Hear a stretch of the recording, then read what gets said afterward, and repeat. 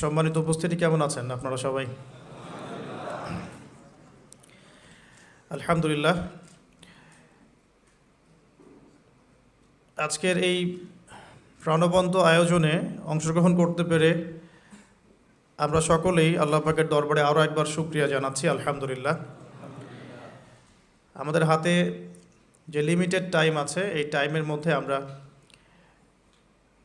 মুসলিম উম্মার বর্তমান অবস্থা, সমসাময়িক প্রেক্ষাপট এবং যুব সমাজের করণীয় সম্পর্কে কিছু গুরুত্বপূর্ণ তথ্যবহুল এবং সারগর্ভ আলোচনা উপস্থাপন করার চেষ্টা করছি ইনশাআল্লাহু আযজা ওয়া জাল। ওয়া মা তৌফিকি ইল্লা বিল্লাহ আলাইহি তাওয়াক্কালতু ওয়া ইলাইহি উনীব। রব্বি ইশরাহ লি সাদরি ওয়া ইয়াসসির লি আমরি ওয়াহলুল উকদাতাম মিন লিসানি ইয়াফকাহু কওলি। আলোচনা শুনে বুঝে আল্লাহ পাক আমাদেরকে আমল করার তৌফিক দান করুন, আমিন। আলোচনা শুরু করতে চাচ্ছি রাসূলুল্লাহ সাল্লাল্লাহু আলাইহি ওয়াসাল্লামের নবুয়ত প্রাপ্তির যে যুগ, যেটাকে আমরা এখনকার সেকুলার সমাজে অনেকেই মধ্যযুগ বলে থাকি আর কি। কথায় কথায় আমরা একটা শব্দ বলি, মধ্যযুগীয় বর্বরতা। মধ্যযুগ মানে কি? কোন সময়টাকে মধ্যযুগ বলা হয়? কেন সেই সময়কে বর্বর বলি? আইয়ামে জাহেলিয়াত মানে কি? কোন সমাজকে আইয়ামে জাহেলিয়াত বলা হয়? কেন বলা হয়? এখনকার যুগটা হচ্ছে গিলে খাওয়ানোর যুগ। যে কোনো কথা মিডিয়ার মধ্য দিয়ে কানের পাশে যখন বারবার বাজানো হয়, অটোমেটিক্যালি আমাদের মনের মধ্যে এটা ইনস্টল হয়ে যায়। যে কোনো ওয়ার্ড এই যুগে মিডিয়ার মধ্য দিয়ে মানুষকে কোনো কিছু গিলে খাওয়ানো খুব সহজ। জাস্ট আপনাকে এতটুকু করতে হবে, সারাদিন ওই বিষয়ের খবর বা কন্টেন্ট জনগণের কান পর্যন্ত পৌঁছাতে হবে। আস্তে আস্তে আস্তে আস্তে অটোমেটিক্যালি মানুষের মধ্যে এটা ইনস্টল হয়ে যাবে। এটা একটা সভ্যতার সংকট। মধ্যযুগ, বর্বরতা। আলোচনার কোনো অংশই অস্পষ্ট আমি রাখছি না ইনশাআল্লাহ, কারণ সব কিছু সুস্পষ্ট করার সময়টা এখনই। যদি না করা হয় তাহলে দেরি হয়ে যাবে। তো প্রথম কথা আমরা একটু শিখে নেই যে মধ্যযুগ কেন বলি আইয়ামে জাহিলিয়াতকে। প্রথম কারণ হচ্ছে ওই যুগে মানবতা বলে কিছু ছিল না। তাহলে এই যুগে কি আছে? অনেস্টলি আপনাকে জিজ্ঞাসা করছি আমি, আপনি বলেন না আমাকে, এই যুগে কি মানবতা বলতে আসলেই কিছু বাকি আছে? বাকি যাদের মধ্যে আছে সেই সব মানুষগুলোকে তো আমরা এখন ব্যঙ্গ করছি। মানবতা কোথায় আছে? এই কিছু দাড়ি টুপি পাগড়ি জুব্বাওয়ালা মানুষের মধ্যেই। অন্য কোথায় মানবতা দেখাবেন আপনি? মানবতা ছিল না মধ্যযুগে ছিল না নারীর কোনো সম্মান। সত্যি সত্যি কি এখনকার সোকল্ড মডার্ন সিভিলাইজেশনের মধ্যে নারীর সম্মান আছে? এটা আপনি মিডিয়ার মধ্য দিয়ে আমাকে গেলাবেন, আমাকে গিলতে হবে? সত্যি আছে বাকি? অনেস্টলি স্পিকিং, আমাদের মা বোন, আমাদের দিনী বোন থেকে শুরু করে সমাজের টপ টু বটম, একদম লেস থেকে শুরু করে টপ পর্যন্ত সবখানে কি নারীর সম্মান চমৎকারভাবে দেয়া হচ্ছে? সত্যি কি তাই? আমরা নিজেদের সাথে প্রতারণা করব না। আমরা কোরআন এবং হাদিসের সাথে তো প্রতারণা করছি দীর্ঘ সময় থেকে। অ্যাটলিস্ট বিবেকের কাছে আমরা প্রতারণা করব না, বিবেকের সাথে আমরা প্রতারণা করব না। সত্যিকার অর্থেই নারীর সেই সম্মান এখন নাই, ফুল স্টপ। 3 নম্বর, আইয়ামে জাহিলিয়াত কেন বলি? বিকজ ওই যুগে ছিল সুদ, ইকোনমিক সেকশন ছিল রিবা দিয়ে পরিপূর্ণ। তো আপনি কি আমাকে এখন রিবা মুক্ত একটা ওয়ার্ল্ড দেখাতে পারছেন? রিবা বা ইন্টারেস্ট মুক্ত, দুর্নীতি মুক্ত, ইকোনমিক সেকশনে করাপশন মুক্ত, ঘুষ মুক্ত, চাঁদাবাজি মুক্ত একটা ইকোনমিক সিস্টেম কি আপনি আমাকে দিতে পারবেন? এই বিশ্বে কি আসলেই এরকম কোন ইকোনমিক সিস্টেম বাকি আছে? ইকোনমি সম্পর্কে আমাদের পড়াশোনা এতই নিম্ন লেভেলের যে মানুষকে এখন বোঝাতে হয় যে গোল্ড দিনার অ্যান্ড সিলভার দিরহাম এটা ইসলামিক কারেন্সি। মানুষকে এটা বোঝাতে হয়। মানুষ আমাদের সমাজে তর্ক করে চাল দিয়ে ফেতরা দিবে না টাকা দিয়ে ফেতরা দিবে, এটা নিয়ে তর্ক হয়, পক্ষে বিপক্ষে তুলকালাম ঝগড়া হয়।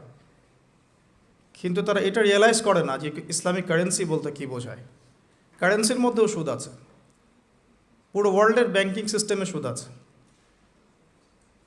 হোক সেটা IMF বা ওয়ার্ল্ড ব্যাংক বা সেন্ট্রাল ব্যাংক বা এনজিওস, এভরি সিঙ্গেল সেকশন এখন সুদের আন্ডারে আছে। তাহলে আপনি কি আমাকে এই যুগটাকে খুব সভ্য যুগ বলবেন? কেন আইয়ামে জাহিলিয়াত বলা হয় সেটা আগে বলে নিচ্ছি। আইয়ামে জাহিলিয়াত কেন বলা হয়? বিকজ ওই যুগে ছিল জিনা আর ব্যভিচার আর মাদক আর জুয়া। তো আমরা এখন কোন জান্নাতি সমাজে আছি? এই যুগের মধ্যে কি জেনা নাই, ব্যভিচার নাই, ধর্ষণ, গুম খুন, সুদ ঘুষ, দুর্নীতি, করাপশন বা জুয়া, এগুলো কি এই যুগের মধ্যে নাই? আমরা তো বলি বিশ্বায়নের যুগ, তাহলে ওই সময়ে ওই পাপগুলো নিঃসন্দেহে একটা সংক্ষিপ্ত পরিসরেই সীমাবদ্ধ ছিল। এখন এই পাপগুলোর গ্লোবালাইজেশন হয়েছে, দ্যাটস অল। তাহলে আমরা প্রথমে এতটুকু জানলাম যে কেন আমরা ওই সময়টাকে মধ্যযুগ বলি, বর্বর বলি, আইয়ামে জাহিলিয়াত কেন বলি। মোটা দাগে এগুলো ছিল সামাজিক এবং রাজনৈতিক সমস্যা। কিন্তু ধর্মীয় সমস্যা কী ছিল? শিরক। ওই যুগের মানুষ আল্লাহ পাকের একত্ববাদের সামনে মাথা নত করেনি। ওই যুগের মানুষ বহুত্ববাদী ছিল, চন্দ্র, সূর্য, গ্রহ, নক্ষত্র, গাছপালা, দেবদেবী, প্রতিমা, এগুলোর পূজা করত। তো এই সমস্যাটা কি এখন নাই? আমরা নন মুসলিমদের কথা বলছি না, ইভেন মুসলিমদের মধ্যেও কি প্রবলেমসগুলো নাই? আচ্ছা, অনেক ইউনিভার্সিটিস আমাদের সমাজে আছে, স্কুল কলেজ। শিরক আলাদা ডিপার্টমেন্ট কোথায় আছে? তাওহিদ এই ডিপার্টমেন্ট কোথায় আছে? একটা মজার কথা বলি, সেটা হলো আমরা যারা কোরআন হাদিস পড়ি, পড়াই, আলেম, তালেব ইলম, সবাই হাদিসটা জানি যে শেষ জামানার সবচেয়ে বড় ফিতনা হলো মাসিহুদ দাজ্জাল। পৃথিবীর কোনো ইউনিভার্সিটিতে দাজ্জালকে নিয়ে পড়ানো হয় না, অথচ এটা পৃথিবীর সবচেয়ে বড় ফিতনা হবে সামনে। তো আমি এখানে আপনাদের কনফিডেন্স ভাঙতে আসি নাই, মেরুদণ্ড ভাঙতে আসি নাই। আমি কয়েকটা জায়গায় আপনাদের দৃষ্টি নিবদ্ধ করতে এসেছি যে আইয়ামে জাহিলিয়াত যে যুগটাকে আমরা বলতাম, এখন কিন্তু তার চেয়ে কোনো ভালো যুগে আমরা বসবাস করছি না। হ্যাঁ, উন্নতি হয়েছে আমাদের কোন কোন ক্ষেত্রে। জনসংখ্যা বেড়েছে, আমাদের সায়েন্স অ্যান্ড টেকনোলজির উন্নতি হয়েছে, প্রযুক্তিগত উন্নয়ন হয়েছে। আগেকার রোড এখনকার রোড এক না, এখন আমরা ফ্লাই করি, আমরা এক্সপোর্ট ইম্পোর্ট করি, আমরা মহাকাশ জয় করেছি, আমরা সাগর জয় করেছি, পাহাড় জয় করেছি, এগুলো তো হচ্ছে। সত্যিকার অর্থে বিজয় কাকে বলে এটাও আমাদেরকে ভাবতে হবে। এই সামগ্রিক সভ্যতা নিয়ে যদি কাল কিয়ামতের মাঠে আমরা জান্নাতে যেতে না পারি, তাহলে কি আমরা বলবো আমরা বিজয়ী ছিলাম? আল্লাহ পাক কি বলছেন? আল্লাহ পাক বলছেন ফামান যুহজিহা আনিন নারি ওয়া উদখিলাল জান্নাতা ফাকাদ ফাজ। আদম আলাইহিস সালাম থেকে শুরু করে শেষ নবী মুহাম্মদ সাল্লাল্লাহু আলাইহি ওয়াসাল্লামের উম্মত পর্যন্ত এই যে কোটি কোটি মিলিয়ন বিলিয়ন মানুষের মধ্যে যারাই পুলসিরাত পার হতে পারবে, জাহান্নাম থেকে বাঁচতে পারবে, জান্নাতে যেতে পারবে, ফাকাদ ফাজ, তারা সফল। তা আমরা এখানে ডেফিনেশন অফ সাকসেসও পাচ্ছি। তাহলে আমরা এখন বলতে পারি না যে এই সভ্যতার উন্নয়ন দিয়ে আমরা জান্নাতে যেতে পারবো, আদর্শগত উন্নয়ন দিয়ে আমরা জান্নাতে যেতে পারবো ইনশাআল্লাহ। তো এই আদর্শগত উন্নয়ন সাধন করার জন্যই আল্লাহ রাব্বুল আলামিন আইয়ামে জাহিলিয়াতের মতো যুগেও মুহাম্মদ সাল্লাল্লাহু আলাইহি ওয়াসাল্লামকে পাঠিয়েছেন, বলি সুবহানাল্লাহ। আল্লাহ পাকের একটা বড় দয়া যে আল্লাহ পাক চাচ্ছেন আমরা জান্নাতে যাই। আল্লাহ পাক চাচ্ছেন এই আইয়ামে জাহিলিয়াতের মানুষগুলো আবার আল্লাহর পথে ফিরে আসুক, আল্লাহকে ফিরে পাক, আল্লাহকে চিনুক, আল্লাহকে জানুক, দুনিয়াতেও সফল হোক, পরকালেও জান্নাতে যাক। এটা আল্লাহ পাক চাচ্ছেন। এই সিলসিলাতে আল্লাহ রাব্বুল আলামিন প্রায় 1,24,000 নবী রসুল পাঠিয়েছেন, আলহামদুলিল্লাহ। প্রায় 1,24,000, স্পেসিফিকলি আমি বলতে পারবো না, কারণ এই ফিগারটা এভাবে বলা যায় না। কিন্তু কিছু কিছু হাদিসের মধ্যে আছে 1,24,000 নবী রসুল পয়গম্বর আল্লাহ পাক পাঠিয়েছেন। কোরআনুল কারীমে আছে 25 জন নবীর নাম। আর আল্লাহ পাক বলেছেন, আমি এমন অনেক নবী চলে গেছেন যাদের নাম তোমাকে জানাইনি, যাদের কথা আমি তোমাকে বলি নাই হে নবী সাল্লাল্লাহু আলাইহি ওয়াসাল্লাম। তো এখন আমরা দেখব যে ওই যুগটাকে কি নবী সাল্লাল্লাহু আলাইহি ওয়াসাল্লাম পরিবর্তন করতে পেরেছিলেন কিনা। তার আগে একটু বুঝে নেই যে ওই সমস্যাগুলো আমাদের সমাজে এখন আছে কিনা। যে পয়েন্টসগুলো আমি প্রথমে বললাম, কেন আমরা ওই যুগটাকে বর্বর বলি, জাহিলি যুগ বলি। যে কারোর সাথে আপনি এটা নিয়ে যদি ডিবেট করতে যান, তারা আপনাকে একটা পয়েন্ট ধরিয়ে দিবে, সেটা হলো ওই যুগে মেয়েদের সম্মান দেওয়া হতো না, মেয়েদেরকে জীবন্ত কবর দেওয়া হতো। তো এখনও তো মেয়েদের আত্মাকে জীবন্ত কবর দেওয়া হচ্ছে, এখনও তো আমরা মেয়েদের আত্মাকে জীবন্ত কবর দিচ্ছি। একটা মানুষের দেহই কি সব কিছু? যেমন একটা মানুষের আত্মা দাসত্ব শৃঙ্খলা আবদ্ধ থাকে, তারা স্বাধীনতা থাকে কোথায়? তো এখন অনেক কিছু আমাদের বাইরের চোখ দিয়ে বিশ্লেষণ করলে হবে না, কিছু কিছু বিষয় ভিতরের চোখ দিয়েও দেখতে হবে। আল্লাহ তৌফিক দান করুন। তো মেলালে আপনি বুঝতে পারবেন যে কোনো কিছুই বাদ নাই। আইয়ামে জাহিলিয়াতের এমন একটা জাহেলিয়াত বা ওই যুগের সুন্নত বাকি নাই যেটা এই যুগের মধ্যে নাই, বরং এখন আরও অনেক বড় পরিসরে এগুলো সমাজে প্রতিষ্ঠিত হয়ে গেছে। এটাই সত্য, এখানেই ফুল স্টপ করতে হবে। যদি না করেন তাহলে এটা আপনার জ্ঞানের দৈন্যতা অথবা অহংকার। এখানে আমি ঝগড়াও করতে যাব না কারোর সাথে। এখন প্রশ্ন হচ্ছে, নবী সাল্লাল্লাহু আলাইহি ওয়াসাল্লাম কি এই যুগটাকে পরিবর্তন করতে পারলেন কি না? উত্তর হ্যাঁ। কিভাবে পরিবর্তন করতে পারলেন? উত্তর হচ্ছে আল্লাহ রাব্বুল আলামিনের ইচ্ছায় এবং তার ওহীর মাধ্যমে। ওহী কি জিনিস? আল্লাহ রাব্বুল আলামিনের প্রত্যাদেশ, মানে আল্লাহর পক্ষ থেকে ঐশী বাণী, যেটা আল্লাহ পাক শুধু মুহাম্মদ সাল্লাল্লাহু আলাইহি ওয়াসাল্লামকেই দেন নাই, বরং প্রত্যেক নবী রসুলকেই দিয়েছেন। যেমন বড় বড় চারটার নাম আমরা সবাই জানি। তাওরাত নবী মুসা আলাইহিস সালামের কাছে, জাবুর দাউদ আলাইহিস সালামের কাছে, ইনজিল ঈসা আলাইহিস সালামের কাছে, এবং আল কোরআনুল কারীম নবী মুহাম্মদ সাল্লাল্লাহু আলাইহি ওয়াসাল্লামের কাছে। আল্লাহ পাক কোরআনের সাথে আরও একটা জিনিস দিলেন, সেটা হলো নবী সাল্লাল্লাহু আলাইহি ওয়াসাল্লামের সুন্নাহ। মানে কোরআন সব কিছুর সামারি করে দিবে, আর সুন্নাহ এটাকে বিশ্লেষণ করবে। ফর এক্সাম্পল, আল্লাহ পাক কোরআনের প্রায় 85 জায়গায় বলেছেন, বা সম্ভবত পরিসংখ্যানটা আরও বেশি হতে পারে, যে আকিমুস সালাহ ওয়া আতুজ যাকাহ, তোমরা সালাত কায়েম করো এবং যাকাত প্রদান করো। কিন্তু আপনি কোরআনে কিন্তু পাবেন না যে রুকু কেমন করে করতে হয়, কয়বার তাসবিহ পড়তে হবে, সিজদা কেমন করে করতে হয়, কয় তাসবিহ পড়তে হবে। হ্যাঁ, আপনি প্রথম রাকাতে সূরা ফাতিহার পর কি পড়বেন, কিভাবে রুকু করবেন, কতটুকু অ্যাঙ্গেলে মাথাকে নোয়াবেন, সিজদায় আপনার হেড পজিশন কোথায় থাকবে, এই বিষয়গুলো কিন্তু ভেঙে ভেঙে কোরআনে কোথাও নাই। এই কারণে আল্লাহ রাব্বুল আলামিন এক্সট্রা আরেকটা জিনিস দিলেন, সেটা হলো সুন্নাহ। নবী সাল্লাল্লাহু আলাইহি ওয়াসাল্লাম নিজে করে দেখালেন যে এটা এভাবে করতে হবে। এটা দেখেছেন কারা? সাহাবায়ে কেরাম। সাহাবায়ে কেরাম তাকে নিজ চোখে দেখেছেন। সাহাবা কাকে বলে? যারা নবী সাল্লাল্লাহু আলাইহি ওয়াসাল্লামকে স্বচক্ষে দেখেছেন এবং ঈমান এনেছেন, মুমিন অবস্থায় ইন্তেকাল করেছেন। নবীকে কিন্তু আবু জেহেলও দেখেছিল, তাই বলে আবু জেহেল তো সাহাবী নয়। আবু জেহেল কি সাহাবী? আচ্ছা, তো কোরআন এবং হাদিস আল্লাহ রাব্বুল আলামিন নবী সাল্লাল্লাহু আলাইহি ওয়াসাল্লামকে দিলেন ঐশী গ্রন্থ হিসেবে। মাত্র 23 বছর সময় লেগেছে নবী সাল্লাল্লাহু আলাইহি ওয়াসাল্লামের সেই সমাজটাকে পরিবর্তন করতে। কোন সমাজ? যেই সমাজটা এই যুগের সব নোংরামি একত্রিত করলে যে সমাজটা হবে, সেই সমাজ। তাহলে আমরা বুঝতে পারছি যে সমাজে যত নোংরামি থাকুক না কেন, আল্লাহ পাকের কিতাব এবং তার নবীর সুন্নাহর মধ্য দিয়ে এটাকে পরিবর্তন করা সম্ভব। এটা অসম্ভব কিছু নয়। নবীজি করেও দেখালেন মাত্র 23 বছর। আর 23 বছর তো এত অল্প সময়। আমরা 23 বছর নামাজই পড়ি নাই অনেকেই। মেবি এখনও অনেকে উপস্থিত আছেন বা এই লেকচার শুনবেন যারা 40 বছরও সেজদা করে নাই, 50 বছরও সেজদা করে নাই। তবে তাদের জন্য একটা সুসংবাদ, সেটা হলো আল্লাহ পাক তার এই সমস্ত গুনাহ মাফ করে দিবেন যদি মৃত্যুর আগে খালি একবার বলতে পারে, আস্তাগফিরুল্লাহ আল্লাযী লা ইলাহা ইল্লা হুয়াল হাইয়ুল কাইয়্যুম ওয়া আতুবু ইলাইহি।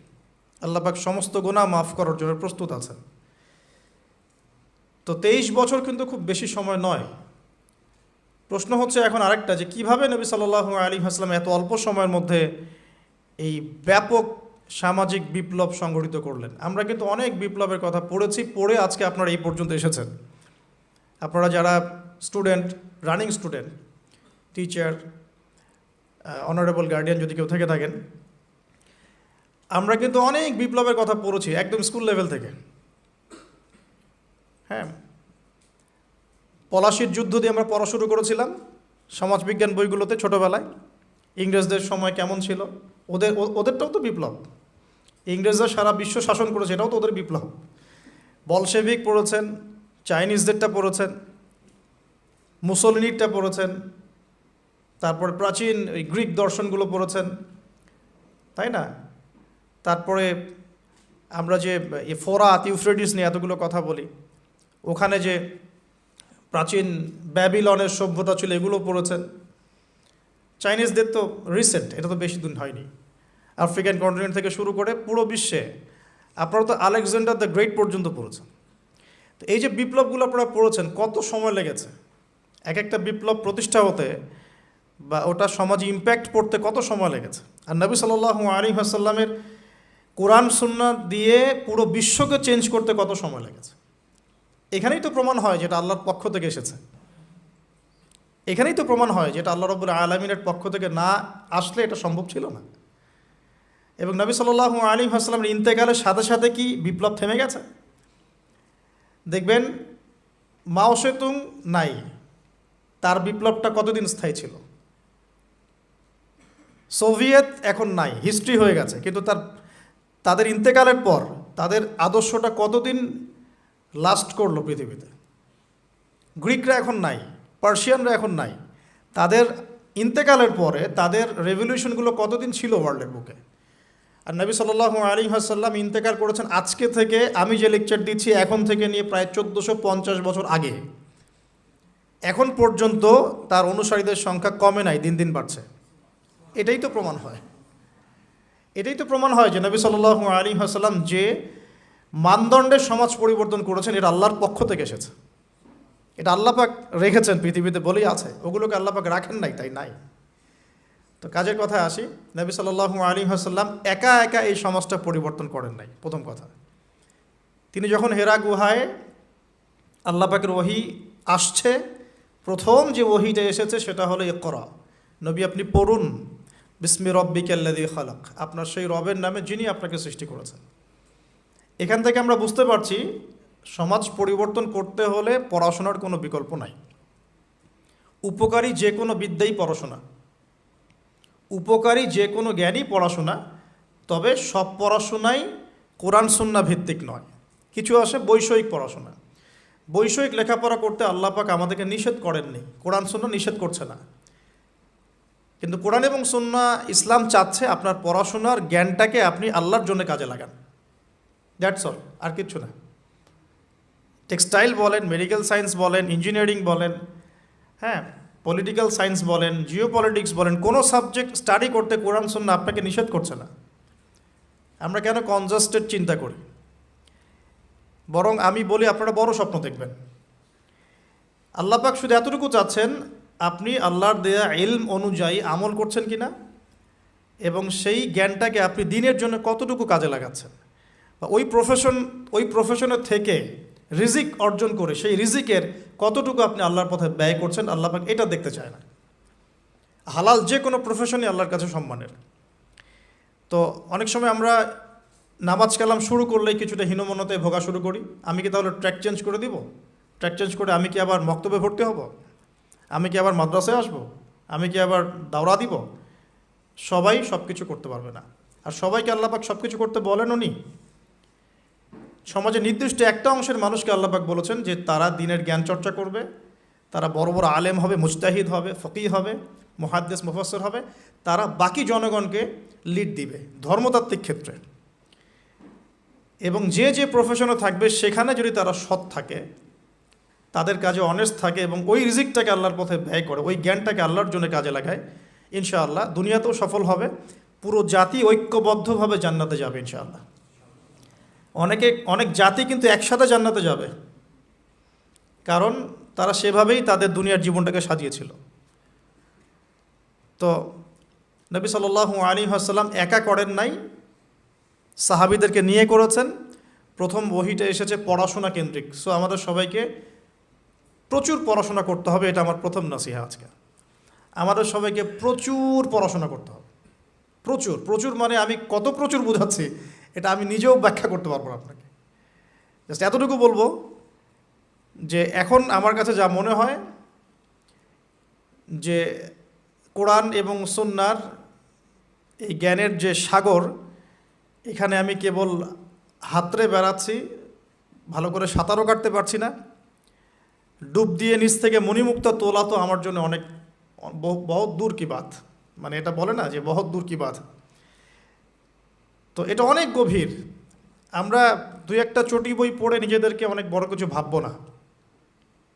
আমরা কয়েকটা বইয়ের অনুবাদ পড়েই নিজেকে অনেক বড় কিছু ভাববো না। ওইদিকে আমি পড়ে আসছি কিভাবে পড়াশোনা করব।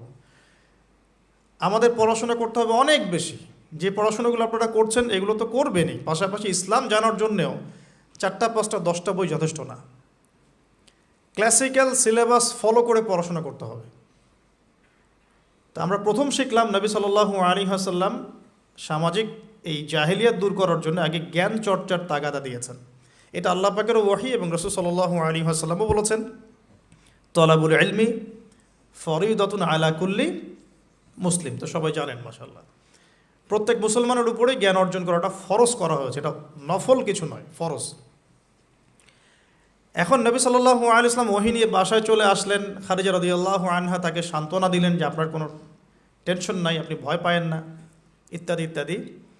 ওয়ারাকা বিন নাফেলের কাছে নিয়ে যাওয়া হয়েছে। ওয়ারাকা বিন নাফেল তিনি বলেছেন যে তোমার কাছে যে ফেরেশতা এসেছিল তার নাম নামুস বা জিবরাইল আলাইহিস সালাম, যে নবী মুসা আলাইহিস সালামের কাছেও এসেছিল। তবে এখন তোমাকে তোমার কওম বের করে দিবে, এখন তোমাকে তোমার কওম বের করে দিবে। যদি আমি ওই দিন জীবিত থাকি যেদিন তোমার কওম তোমাকে বের করে দিবে, আমি তোমাকে বড় রকম সাহায্য করব। এই কথাটা বলেছেন ওয়ারাকা বিন নওয়াফেল। সহিহ বুখারীর 2য় পৃষ্ঠায় এটা আছে, ওহী অধ্যায়ে। নবী সাল্লাল্লাহু আলাইহি ওয়াসাল্লাম অবাক হয়েছিলেন এই সময়, জিজ্ঞাসা করেছিলেন যে আওয়া মুখরিজিয়া, তারা কি আমাকে বের করে দিবে? আওয়া মুখরিজিয়াহুম, তারা কি আমাকে বের করে দিবে? তো ওয়ারাকা বিন নাফেল বলেছিলেন এর আগে যার কাছেই এই ফেরেশতা এসেছেন তাকেই তার কওম বের করে দিয়েছে। এখান থেকে একটা মন শক্ত করা কথা শুনতে হবে, সেটা হচ্ছে যদি আপনি সত্যিকারের ওহী কোরআন এবং সুন্নাহর উপর থাকতে চান তাহলে সমাজ আপনাকে স্বাভাবিকভাবে মেনে নেবে না, বিকজ সমাজটা জাহেলিয়াতের। আপনি রিবার এগেনস্টে কথা বলবেন, তারা আপনাকে মেনে নেবে না। আপনি পুরো বিশ্বে মুসলিমদের উপর যে নির্মম নির্যাতন এর এগেনস্টে কথা বলবেন, তারা আপনাকে মেনে নেবে না। আপনি ধর্মতাত্ত্বিক ক্ষেত্রে মুসলিমদের মধ্যে যে সমস্যাগুলো নিয়ে কথা বলবেন, সবাই আপনাকে বন্ধুরূপে গ্রহণ করবে না। যদি তাদের ক্ষমতা থাকে তাহলে আপনাকে বেরও করে দিতে পারে, যদি ক্ষমতা না থাকে তাহলে মনে মনে হিংসা করতে পারে, ট্র্যাপে ফেলতে পারে, অনেক কিছুই করতে পারে। এটা হচ্ছে দলিল যে ওয়ারাকা বিন নাফেল প্রথম এই কথাটা বলেছিলেন, এবার তো তোমার কওম তোমাকে বের করে দিবে। আপনি বাসায় গিয়ে আজকে সহিহ বুখারী খুলে দেখেন, এটা হচ্ছে ওহী আসার বাস্তবতা। যাদের কাছে ওহী এসেছে এবং যাদের কাছে ওহীর জ্ঞান আছে তাদেরকে সবাই বন্ধুরূপে গ্রহণ করবে না। ইভেন আপনিও যদি এখন ইসলাম 100% ফলো করার চেষ্টা করতে থাকেন, আপনি আপনার পরিবারের মধ্যেই এক ঘরে হয়ে যেতে পারেন। আপনি আপনার পরিবারের মধ্যেই প্রবলেম ফেস করতে পারেন, সোসাইটিতে করতে পারেন। আমি তো অবাক হচ্ছি যে একটা শিক্ষা প্রতিষ্ঠানে এ ধরনের প্রোগ্রামের আয়োজন করা হয়েছে। কয়টা শিক্ষা প্রতিষ্ঠান বাংলাদেশে আছে যেখানে বসে এই ধরনের কথা বলা যায়?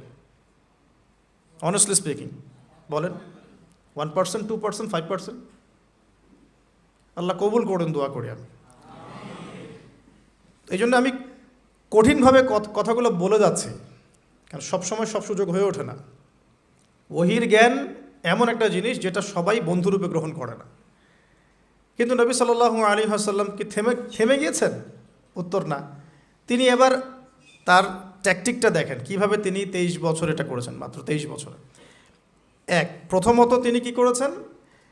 কাছের মানুষদেরকে আগে দাওয়াত দিয়েছেন। তাহলে দিন আগে নিজে যখন পালন করবেন, বুঝবেন, আমল করবেন, এটা প্রথম কাজ। জ্ঞান অর্জন করার পর এরপরে আপনার কাছের মানুষদেরকে দিনের দাওয়াত দিতে হয়।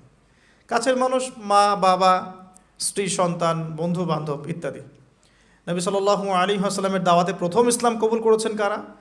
খাদিজা রাদিয়াল্লাহু আনহা, কাছের মানুষ, স্ত্রী। আবু বকর সিদ্দিক রাদিয়াল্লাহু আনহু, প্রায় বন্ধু মানুষের মতোই, আগে থেকে পরিচয় ছিল। তারপরে তার ছোট ভাই আলী ইবনে আবি তালেব, কাজিন। তার আর এক কাজিন জাফর ইবনে আবি তালেব। বাসায় ছিলেন একজন পালক পুত্র যায়েদ ইবনে হারেসা। এরপরে আস্তে আস্তে আবু বকর সিদ্দিকের দাওয়াতের মধ্য দিয়ে উসমান বিন আফফান, তালহা বিন উবাইদুল্লাহ, সাদ ইবনে আবি ওয়াক্কাস, আব্দুর রহমান বিন আউফ, তারপরে আবু উবাইদা ইবনে জাররাহ, আবদুল্লাহ বিন মাসউদ, আস্তে আস্তে এভাবে ছড়িয়ে পড়তে লাগলো। তাহলে দাওয়াতের বা ইসলাম প্রচার করার, প্রসার করার, প্রতিষ্ঠা করার সুন্নাটা কেমন? নিজে জ্ঞান অর্জন করে আমল শুরু করা, কাছের মানুষদেরকে দাওয়া দেয়া। আমরা কিন্তু নবীর সুন্নাহ মেনে চলতে চাচ্ছি না দিন প্রতিষ্ঠা করার ক্ষেত্রে। আমরা ইনস্ট্যান্ট রেজাল্ট চাই।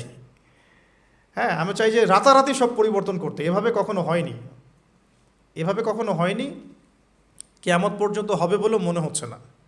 যেমন আমরা যখন এই আলোচনাগুলো করি যে আল মাহদি, নবী ঈসা আলাইহিস সালাম, ইয়াজুজ মাজুজ, মাসিহুদ দাজ্জাল, যেগুলো শেষ জামানার বড় বড় সাইন, এগুলো কিন্তু হুট করে রাতারাতি হবে না। এগুলো একটা ফেজ পার করে করেই পৃথিবীর দিকে আসবে, আস্তে আস্তে আসবে। তো এখন দেখুন এরপর কি হলো, নবী সাল্লাল্লাহু আলাইহি ওয়াসাল্লাম যখন এভাবে দাওয়াতি কাজ করতে লাগলেন, প্রথম 3 বছর তিনি এভাবে দাওয়াত দিয়েছেন। বেশিরভাগ যারা ইসলাম কবুল করেছেন তারা ছিলেন যুবক। এখান থেকে আপনাদের সাথে আমার কথাটা শুরু হচ্ছে আর কি। বেশিরভাগ যারা ইসলাম কবুল করেছিলেন তারা কারা ছিলেন? যুবক। আপনি সিরাত পড়েন, অ্যাটলিস্ট আর রাহিকুল মাখতুম বইটা পড়ে দেখেন, দেখবেন বেশিরভাগই ছিলেন তরুণ প্রজন্ম। কেন তরুণ প্রজন্ম? বিকজ তরুণদেরকে আল্লাহ পাক একটা বলবো আবেগের সাম্যাবস্থা দিয়েছেন। এটা কেমন? মানে তারা যদি খারাপ পথে যায় তাহলে খুব খারাপ পথেই চলে যায়, তারা যদি ভালো পথে আসতে চায় খুব ভালো পথে চলে আসে। তারা চ্যালেঞ্জ গ্রহণ করতে পারে, খোলা মনে সিদ্ধান্ত নিতে পারে। অনেক সময় আবেগকে প্রশ্রয় দেয়, আবেগে কখনো ভুল সিদ্ধান্ত নেয়, কখনো কিন্তু সঠিক সিদ্ধান্ত নেয়। তো তরুণদের মধ্যে একটা চ্যালেঞ্জ গ্রহণ করার মানসিকতা থাকে যে ঠিক আছে আমি ইসলামের পথে থাকবো, পরিবার আমাকে না সহ্য করে না করুক। এই জিনিসটা 40-50 বছরের একটা মানুষ করতে পারে না। সে চিন্তা করে যে না, তারা আমার ছেলে মেয়ে, তাদেরকে নিয়ে ব্যালেন্স করে চলতে হবে ইত্যাদি ইত্যাদি। তারা মাঝ রাস্তায় খোঁজার চেষ্টা করে, কিন্তু তরুণরা হয় ডান না হলে বাম, যে কোনো একদিকে চলবে। দেখবেন অনেক তরুণ ভাই আছেন যারা পুরোপুরি মাদকের সাথে সম্পৃক্ত, মাদকাসক্ত, ওখান থেকে বের করা সো ভেরি ডিফিকাল্ট। আবার অনেক তরুণ প্রজন্ম আছে যারা মাদক কখনো হাতই দেয় না। আপনি এরকম দুটো প্রজন্ম দেখবেন বাংলাদেশে। কেউ কখনো জুয়ার আসরে কখনোই বসে নাই, আর কারো জুয়া না খেললে ঘুম আসে না। কেউ তাহাজ্জুদ ছাড়া ঘুমাচ্ছেন না, আর কেউ মসজিদে যায়ই নাই কখনো। একটা দৈন্যতা আছে, মেরুকরণ আমাদের দেশের তরুণ প্রজন্মের মধ্যে। তবে এটা আমাদের জন্য ভালো সংবাদ যে আলহামদুলিল্লাহ দিন দিন তরুণ প্রজন্মের মধ্যে একটা পরিবর্তন আসছে। এটা আল্লাহ পাকের খাস রহমত, যাদের মাধ্যমে আসছে আল্লাহ পাক তাদেরকে যেন কবুল করেন, দোয়া করি আমি। এখন সমাজ কি থেমে থাকলো? না, সমাজ কিন্তু এটা ভালো করে মেনে নিল না। এবার শুরু হলো তাদের প্রতি অত্যাচার, ফিজিক্যাল টর্চার, মেন্টাল টর্চার, অর্থনৈতিক অত্যাচার, কোনো কোনো ক্ষেত্রে পরিবার বের করে দিল। মুসআব বিন উমাইরের জীবনী পড়ে দেখেন, উসমান বিন আফফান রাদিয়াল্লাহু আনহুর জীবনী পড়ে দেখেন, জাফর ইবনে আবি তালেবেরটা পড়েন, আলী ইবনে আবি তালেবের জীবনী পড়েন, দেখেন বেলাল ইবনে রাবাহ তার জীবনী পড়ে দেখেন, সুমাইয়া রাদিয়াল্লাহু আনহারটা পড়েন, খাব্বাব রাদিয়াল্লাহু আনহুরটা পড়েন, তারপরে ইয়াসির পরিবারেরটা পড়েন। হ্যাঁ, মানে আসলে সাহাবীদের মধ্যে খুব কম সংখ্যক সাহাবী এমন ছিলেন যাদেরকে কোনো রকম নির্যাতন ফেস করতে হয় নাই। তো এরপরেও দাওয়াত থেমে যায় নাই, দাওয়াত চলতে লাগলো। কারা অপোজিশনে ছিল? আবু জেহেল, আবু লাহাব, উতবা, শাইবা, রবিআ, সাআদাতু কুরাইশ, অর্থাৎ কুরাইশদের সর্দার যারা। তারা কি আল্লাহকে বিশ্বাস করতো না? উত্তর হ্যাঁ করতো। হ্যাঁ, তারা আল্লাহকে বিশ্বাস করতো। ইভেন তারা হজও করতো, তখন হজমরাও ছিল বিকৃত।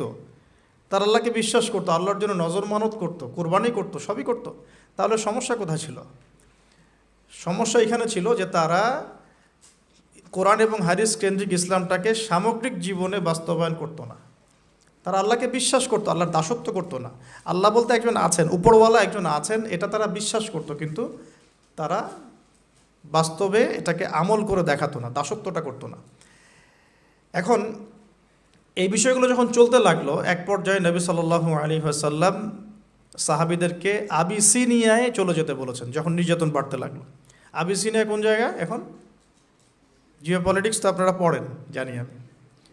এখনকার ইথিওপিয়া না, ইরিত্রিয়া, এখনকার ইরিত্রিয়া। এই জায়গায় একজন বাদশাহ ছিলেন, তার নাম বাদশাহ নাজাশি। বাদশাহ নাজাশি। তো এই বাদশাহ নাজাশি ছিলেন একজন খ্রিস্টান শাসক, এখনকার সমকামী খ্রিস্টান না, তিনি একজন ভালো খ্রিস্টান ছিলেন এবং নবী ঈসা আলাইহিস সালামকে তিনি ফলো করতেন। তিনি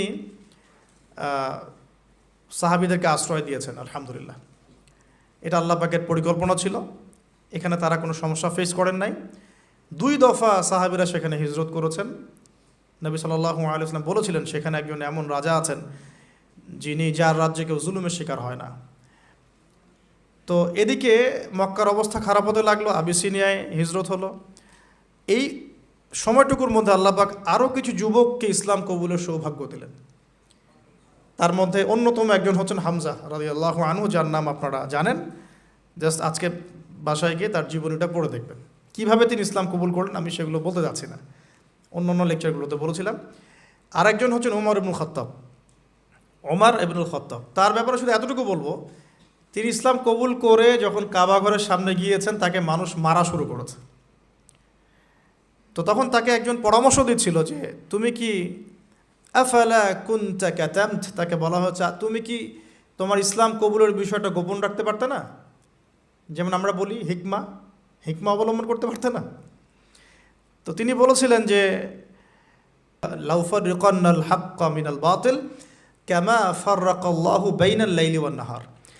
তিনি বলছিলেন যে আমি আল্লাহর কসম করে বলছি, আমি অবশ্যই সত্য আর মিথ্যাকে আলাদা করে দিব, ঠিক যেভাবে আল্লাহ পাক রাত থেকে দিনকে আলাদা করে দেন।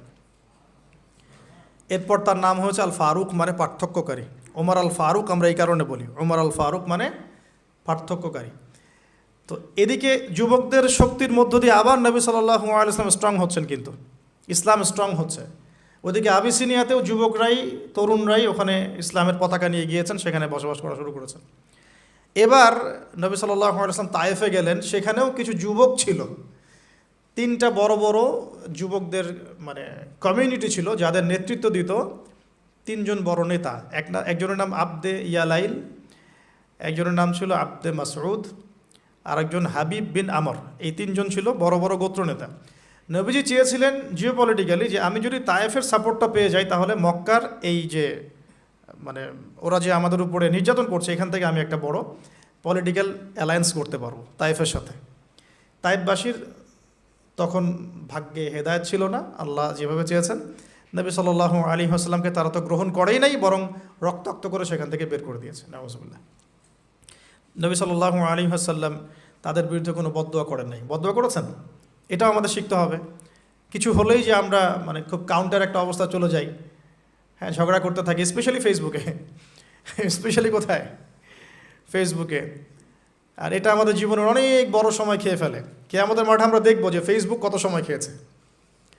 হ্যাঁ, কিয়ামতের মাঠে পরিসংখ্যান যখন দেখা যাবে তখন বুঝতে পারবো যে ফেসবুক খেয়েছে 2 বছর ইন টোটাল। হ্যাঁ, আমার টেলিভিশন খেয়েছে 2 মাস, আমার ইউটিউব খেয়েছে কত, এরকম 5 মাস। হ্যাঁ, তারপরে অ্যাপস খেয়েছে, গেমস আর অ্যাপস খেয়েছে আমার এরকম 6 মাস। দেখবেন এগুলোই আমাদের জীবনের বড় একটা অংশ খেয়ে ফেলেছে। যদি একজন ব্যক্তি ডেইলি 1 ঘন্টা করে টিভি দেখে বা এইসব জায়গায় সময় কাটায়, তাহলে নিঃসন্দেহে সে 24 ঘন্টায় যদি 1 ঘন্টা করে কাটায়, তাহলে আপনি হিসাব করে দেখেন যে মাসে কত ঘন্টা যায়, বছরে কত ঘন্টা যায়, এবং কতদিনে সে 1 বছর কাটিয়ে ফেলে। অথচ কিয়ামতের কিয়ামতের দিকে পড়ে আসি, আলামে বারজাখ যে মৃত্যুর পরের জীবন, এখানে বেশিরভাগ মানুষ একটাই কথা বলবে বা বলছে, এখনো হয়তো আমরা শুনতে পারছি না, বলবে বা হয়তো বলছে আমরা শুনতে পারছি না। সেটা কি? তারা বলছে, রব্বানা, হে আমাদের রব, আবসরনা, আমরা দেখলাম, পরকাল আমরা দেখেছি, ওয়া সামি'না, আমরা পরকাল শুনেছি, ফারজি'না, আমাদেরকে ফিরিয়ে দিন। কোথায় ফিরিয়ে দিন? দুনিয়ায়। কি করব? না আমাল সলিহান, আমরা সৎ আমল করে আসবো। ইন্না মুকিনুন, আমাদের এখন ইয়াকিন হয়ে গেছে। এই কথাটা কবরবাসী চিৎকার করে এখন হয়তো বলছে অথবা বলবে। আল্লাহু আলাম। আল্লাহ পাক সূরা আলিফ লাম মিম সাজদার মধ্যে আয়াতটা নাজিল করেছেন, রব্বানা, হে আমাদের রব, আবসরনা ওয়া সামি'না ফারজি'না না'মাল সলিহান ইন্না মুকিনুন, হে আমাদের রব, আমরা দেখেছি পরকাল, আমরা শুনেছি, বুঝেছি, মানে ইন্দ্রিয় দিয়ে পরকাল উপলব্ধি করেছি। এখন আমাদেরকে আল্লাহ একটা বারের জন্য আপনি দুনিয়ায় ফিরিয়ে দেন, না'মাল সলিহান, আমরা সৎ আমল করে ফিরে আসব। আল্লাহ পাক কিয়ামত পর্যন্ত আল্লাহ পাক বলছেন যে সুয়ের ছিদ্র দিয়ে উট যদি বের হতে পারত তাহলে এই সুযোগটা আল্লাহ দিতেন। সুয়ের ছিদ্র দিয়ে কি উট বের হতে পারবে? অতএব আল্লাহ পাক এই সুযোগটা দিবেন না। সো আমরা এখানে টাইম অনেক ওয়েস্ট করছি। তো দেখুন, যেখানে ছিলাম, যে তায়েববাসী এভাবে যখন ফিরিয়ে দিলেন, এরপরে কি হলো? নবী সাল্লাল্লাহু আলাইহি ওয়াসাল্লাম বদদোয়া করলেন না, যে কাজটা আমরা প্রায়ই করে থাকি একে অপরের সাথে, বরং তিনি তায়েফবাসীর জন্য দোয়া করলেন। আর আল্লাহ রাব্বুল আলামিন পাহাড় পর্বত নিয়ন্ত্রণকারী ফেরেশতাকে পাঠিয়েছিলেন, যাদের একটা দাবি ছিল, আপনি যদি চান হে নবী, আমরা তায়েফবাসীকে পিষে ফেলতে পারি। নবী সাল্লাল্লাহু আলাইহি ওয়াসাল্লাম বলেন, না, আমি বরং চাচ্ছি আল্লাহ পাক তাদের ঔরস থেকে এমন প্রজন্ম নিয়ে আসুক যে প্রজন্ম আল্লাহর ইবাদত করবে, আল্লাহর সাথে কাউকে শরিক করবে না। এখন আপনি তায়েফের রেজাল্টটা দেখেন, তায়েফ কিন্তু এখন ইসলামের ভূমি হয়ে গেছে, আলহামদুলিল্লাহ। এবার নবী সাল্লাল্লাহু আলাইহি ওয়াসাল্লাম মক্কায়, সিচুয়েশনটা তাহলে এখন কেমন? কিছু যুবক সাহাবী ইসলামের নেতৃত্ব দিয়ে আবিসিনিয়ায়, কিছু যুবক সাহাবী মক্কায়। এবার নবী সাল্লাল্লাহু আলাইহি ওয়াসাল্লাম সব দিক থেকে কোণঠাসা। এই সময়ে তার স্ত্রী ইন্তেকাল করে গেলেন, তার চাচাও ইন্তেকাল করলেন। যে স্ত্রী এবং চাচা ছিল মক্কায় তার সাপোর্ট, সবচেয়ে বড় সাপোর্ট, তারাও ইন্তেকাল করলেন। এবং তিনটা বছর তাদেরকে বয়কট করে রাখা হলো। তিনটা বছর বয়কট করে রাখা হলো, কোনো খাবার পানি ছাড়াই। 3 বছর কিন্তু চারটাখানি কথা না। আমরা মিয়ানমার রোহিঙ্গা ইস্যু দেখেছি, একটু আঁচ করতে পারি যে এভাবে বের করে দিলে মানুষের কেমন লাগে। সব কিছু বাদ দিয়ে তাদেরকে পাহাড়ের পাদদেশে থাকতে হয়েছে 3 বছর। ওখানে হামজাও ছিলেন, সুবহানাল্লাহ। নবী সাল্লাল্লাহু আলাইহি ওয়াসাল্লামের কাছে তারা অনুমতি চাচ্ছিলেন যে আমাদেরকে খালি অনুমতি দেন, আমরা যে কয়জন আছি এই কয়জন নিয়ে যুদ্ধে ঝাঁপিয়ে পড়ব। নবীজি বললেন, না, বরং তোমরা ধৈর্য ধরো, এখনও আল্লাহ পাক এই হুকুম আমাকে দেন নাই, তোমরা ধৈর্য ধরো। হামজার মতো সাহাবী, যিনি একাই 20 জনের সাথে লড়াই করতে পারেন, তিনি ধৈর্য ধরলেন যে আমরাও ধৈর্য ধরে আছি। সিচুয়েশন ডিমান্ড, একটা কথা, সিচুয়েশন যেমন সেভাবে রিয়্যাক্ট করতে হয়। এখন সিচুয়েশন নাই, রিয়্যাক্ট করতে পারছি না। হামজা রাদিয়াল্লাহু আনহুর মতো মানুষ, তিনিও তার ওই এগ্রেশনটাকে দমন করে রাখলেন। এবার আল্লাহ পাক পুরো এই টেবিলটা, আমরা বলি যে টেবিল উল্টে দেওয়ার মতো, ইসলামের এই হিস্ট্রিটাই আল্লাহ পাক উল্টে দিলেন। কিভাবে? আরও কিছু যুবকের মাধ্যমে, সুবহানাল্লাহ। এই যুবকরা কোত্থেকে আসলো? ইয়াসরিব থেকে। কোত্থেকে? ইয়াসরিব। ইয়াসরিব কোন জায়গা? ইয়াসরিব হচ্ছে মদিনার আগের নাম। তো ইয়াসরিব থেকে এবার 6 জন যুবক চলে আসলেন। এই 6 জন যুবকের নাম হলো, 6 জন যুবকের নেতার নাম হচ্ছে আসআদ বিন জুরারাহ রাদিয়াল্লাহু আনহু। তিনি আরও 5 জনকে নিয়ে এসেছেন। কি করতে এসেছেন? হজ করতে। ওই যে বললাম আগে একটা হজের ট্রেন্ড ছিল ওইখানে, ওইটার বিজনেসটা করতো তখন কারা? আবু জেহেলরা আর কি, ঠিক আছে। ওটাকে তারা কিন্তু বলতো এই কাবার উপাস্যরা হচ্ছে আমাদের দেবতা প্লাস আমাদের ব্যবসা, ওরা এভাবে ডিল করতো। তো এই 6 জন যুবক এসেছেন হজ করতে, নবী সাল্লাল্লাহু আলাইহি ওয়াসাল্লামের কথা শুনলেন। আর নবী সাল্লাল্লাহু আলাইহি ওয়াসাল্লাম এরকম একজন নবী আসবেন, এই কথাটা তারা শুনেছিল ইহুদিদের কাছে মদিনায়, ইয়াসরিবে। ইহুদিরা মদিনায় আকড়া ঘেরে বসেছিল। ইহুদিরা মদিনায় বসেছিল কেন? সারা দুনিয়া থাকতে মদিনায় কেন? তখন তারা কি করছিল? উত্তর তাওরাত, জাবুর, ইনজিলে যে প্রতিশ্রুতি ছিল যে শেষ জামানায় একজন নবী আসবেন, যিনি তার অনুসারীদেরকে নিয়ে ওয়ার্ল্ডকে শাসন করবেন। ওই নবীকে খুঁজতে তারা মদিনা এসেছে। 3টা কম, বনু কোরাইজা, বনু কাইনুকা আর বনু নাজির, এই 3টা গোত্র সেখানে ছিল। তো এখন এখানে প্রশ্ন আপনাকে আমি করতে পারি, তাহলে এখন তারা প্যালেস্টাইনে কি করছে? সারা দুনিয়া বাদ দিয়ে ওইখানে কেন? সারা দুনিয়া বাদ দিয়ে ওরা ওখানে কেন? বিকজ এখনও তারা ওয়েট করছে তাদের একজন মাসিহের জন্যে, যেই প্রতিশ্রুত মাসিহ আসলে নাকি তারা বিশ্ব শাসন করবে আবারও। এটাই সব। কিছু মানুষের ইন্টেলেকচুয়াল লেভেল দেখে হতাশও হই, কষ্টও পাই। পৃথিবীর সবচেয়ে বড় ফিতনা তাকে কেন্দ্র করে যে ইতিহাস আবর্তিত হবে, মুসলিমদের দুর্দশা হবে, এই বিষয়টার দিকে ফোকাস না করে তাদের ফোকাস হচ্ছে দাজ্জাল বের হবে কোত্থেকে, কোন রাস্তা দিয়ে বের হবে, বাংলাদেশ না পাকিস্তান না খোরাসান না ইরাক না ইস্পাহান, সুদ কোথা থেকে এসেছে সারা ওয়ার্ল্ডে, এটা কি খুব বেশি ইম্পর্টেন্ট না সুদটাকে দূর করাটা বেশি ইম্পর্টেন্ট? যাই হোক, আজকে যেহেতু প্রসঙ্গ এসেই গেছে বলে দিই, কথা বলতে বলতে চলে আসলো আমার টপিকটাই, যদিও এটা না। ইনশাআল্লাহ অন্য একদিন মাসিহুদ দাজ্জাল নিয়ে আমরা 2 ঘন্টা সেশন করতে পারবো ইনশাআল্লাহ। দাজ্জালের আগমন সম্পর্কে 3টা জায়গার কথা বলা আছে। ইস্পাহান, যেটা এখন ইরানের অন্তর্গত, খোরাসান, যেটা বিশাল কন্টিনেন্ট, খোরাসান শুধু একটা জায়গা না, আরেকটা জায়গা হচ্ছে শাম এবং ইরাকের মাঝখানে, শাম এবং ইরাকের মাঝখানে। Go and search, do your Jio politics, আপনি যান দেখেন, আপনার ভূগোল ঘেটে দেখেন না যে শাম কোন জায়গাকে বলা হয়। শাম কি শুধু সিরিয়াকে বলা হয়? শাম বলতে প্যালেস্টাইন, সিরিয়া, লেবানন, জর্ডান, পুরো জায়গাটাকে শাম বলা হতো আগে। হাদিসটা কি এখন নাজিল হয়েছে না আগে নাজিল হয়েছে? তো শাম এবং ইরাকের মাঝখানে কোন দেশটা এখন সবচেয়ে শক্তিশালী জিউসদেরকে নিয়ে আপনি একটু রিসার্চ করে দেখেন না, আমার তো কিছু বলার দরকার নাই। আরেকটা মজার ব্যাপার আছে, আমরা অনলাইনে তর্ক দেখছি সে বের হবে কোত্থেকে, এই নিয়ে একদম ধুয়ে রেখে দিচ্ছে একজন একজনকে, ঠিক আছে? অথচ নবী সাল্লাল্লাহু আলাইহি ওয়াসাল্লাম মদিনায় একজনকে দাজ্জাল মনে করছেন।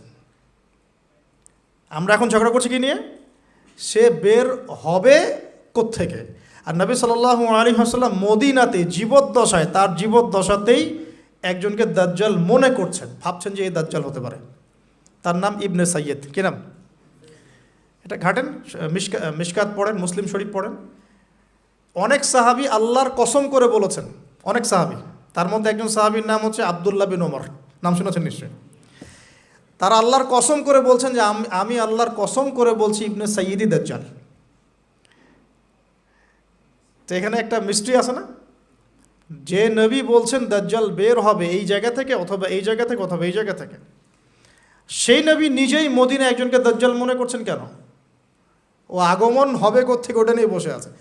এখানে কনক্লুশনটা আমি বলি, কনক্লুশন হচ্ছে এই সাবজেক্টটা এত বেশি ডিফিকাল্ট, এত বেশি গভীর, যেটা 2-4টা হাদিস দিয়ে আপনি মানে এক্সপ্লেন করতে পারবেন না।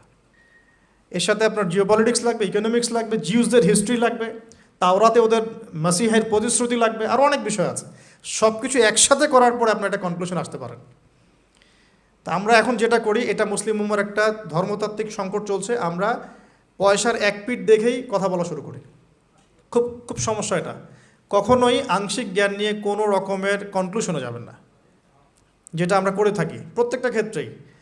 ফিকহি মাসলাতে হাত বাঁধা নিয়ে, হ্যাঁ, পায়ে পা, আমিন, রফুল্লাহ দাইন, এই সূরা ফাতিহা, প্রত্যেকটা মাসলাতেই যে কনফ্লিক্টগুলো হচ্ছে সমাজে, এটা একটাই কারণে হচ্ছে, because of lackings of knowledge. মানে আমরা জ্ঞানের স্বল্পতার সমস্যায় ভুগি। একটা আংশিক জ্ঞান নিয়ে, পার্শিয়াল নলেজকে আমরা কি করি, ইটার্নাল মনে করা শুরু করি। আমরা পার্শিয়াল নলেজ নিয়েই পথ চলি, কিন্তু মনে করি এই নলেজটা হচ্ছে ইটার্নাল। এটাই সমস্যা।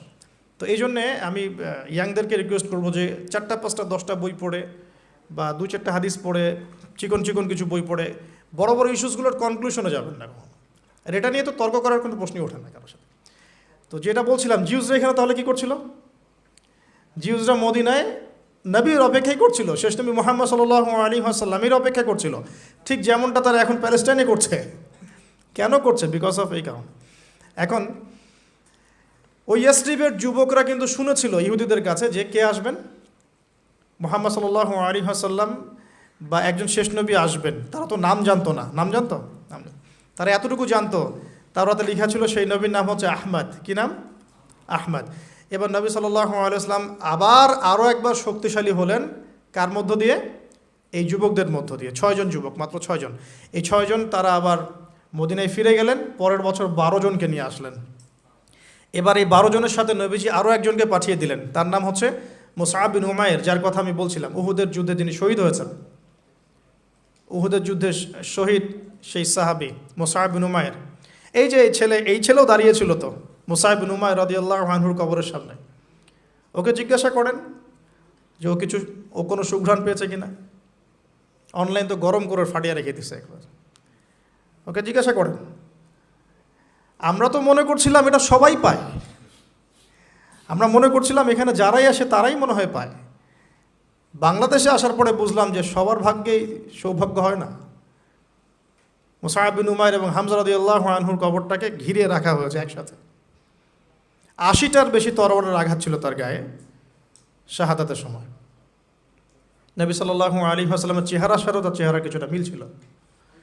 তো এই সাহাবীকে নবীজি পাঠিয়েছেন মদিনায়। তুমি এই 12 জনের সাথে যাও, মদিনায় গিয়ে দাওয়াতি কাজ করতে থাকো। মাত্র 1 বছরের ব্যবধানে, উইদিন 1 ইয়ার, মুসআব বিন উমাইর রাদিয়াল্লাহু আনহুর দাওয়াতের ফলে 75টা পরিবার ইসলাম কবুল করেছে। এই যে ইসলাম একদিক থেকে সংকীর্ণ হতে লাগলো আর মদিনার দরজা খুলতে লাগলো। কাদের হাত ধরে? বৃদ্ধদের না ইয়াংদের? ইয়াংদের। এবার মুসআব বিন উমাইর রাদিয়াল্লাহু আনহু দাওয়াতে যে পরিবার ইসলাম কবুল করেছে তারা এসে নবী সাল্লাল্লাহু আলাইহি ওয়াসাল্লামের কাছে বায়াত করলেন। এবার নবী সাল্লাল্লাহু আলাইহি ওয়াসাল্লামের কাছে হুকুম আসলো, আপনি আবার হিজরত করেন। কোথায়? মদিনায়। এই যে শুরু হলো হিজরত। ওইবার মদিনায় গিয়ে শুরু হলো ইসলামিক হুকুমত। তখন ইসলামিক পলিটিক্যাল ক্ষমতা আমাদের হাতে আসলো। নবী সাল্লাল্লাহু আলাইহি ওয়াসাল্লাম সেখানকার রাষ্ট্রপতি হলেন। মদিনা সনদ তৈরি করা হলো, মসজিদ নববী তৈরি করা হলো। মানে যত রকম রাষ্ট্রীয় ফাংশন সব ওখান থেকে শুরু হলো। এটা হলো ইসলামের পার্ট 2, মানে সিরাতের সেকেন্ড পার্ট। এটাই সবচেয়ে বড় পার্ট, মানে এখানেই সবচেয়ে বড় বড় জিনিসগুলো ঘটেছে। কিন্তু বেস তৈরি হয়েছে কিন্তু প্রথম 13 বছরে। কাদের হাত ধরে? ইয়াংদের হাত ধরে। ইয়াংদের হাত ধরে। এবার এই মদিনাতেই হচ্ছে বদর। এই মাদানী যুগে কি হচ্ছে? বদর।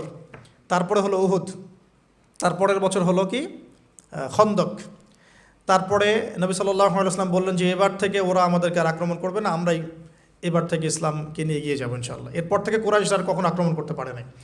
এরপর নবী সাল্লাল্লাহু আলাইহি ওয়াসাল্লাম বিভিন্ন গাজওয়া সারিয়া একটা একটা করে হতে থাকলো। প্রায় 75 থেকে 80টার মধ্যে হয়েছে। আমরা তো এই অংশটা এখন পুরো মাইনাস করে দিয়েছি ইসলাম থেকে, কাট অফ, একদম শেষ। ভুলেও কেউ এই শব্দ ব্যবহার করে ফেললেই তাকে যে চতুর্দিক থেকে যেমন সমালোচনার, গালিগালাজ আর আক্রমণের শিকার হতে হয়, এটাই তো ইন্ডিকেশন দিচ্ছে যে দাজ্জালের যুগ অলরেডি চলে আসছে। সে তো ইসলামের টোটালিটি বরদাস্ত করবে না আপনার কাছ থেকে। এখন যাই হোক, আল্লাহ রাব্বুল আলামিন এভাবে আস্তে আস্তে আস্তে আস্তে ইসলামকে বিজয় করতে লাগলেন। পররাষ্ট্রনীতি অ্যাপ্লাই হতে লাগলো।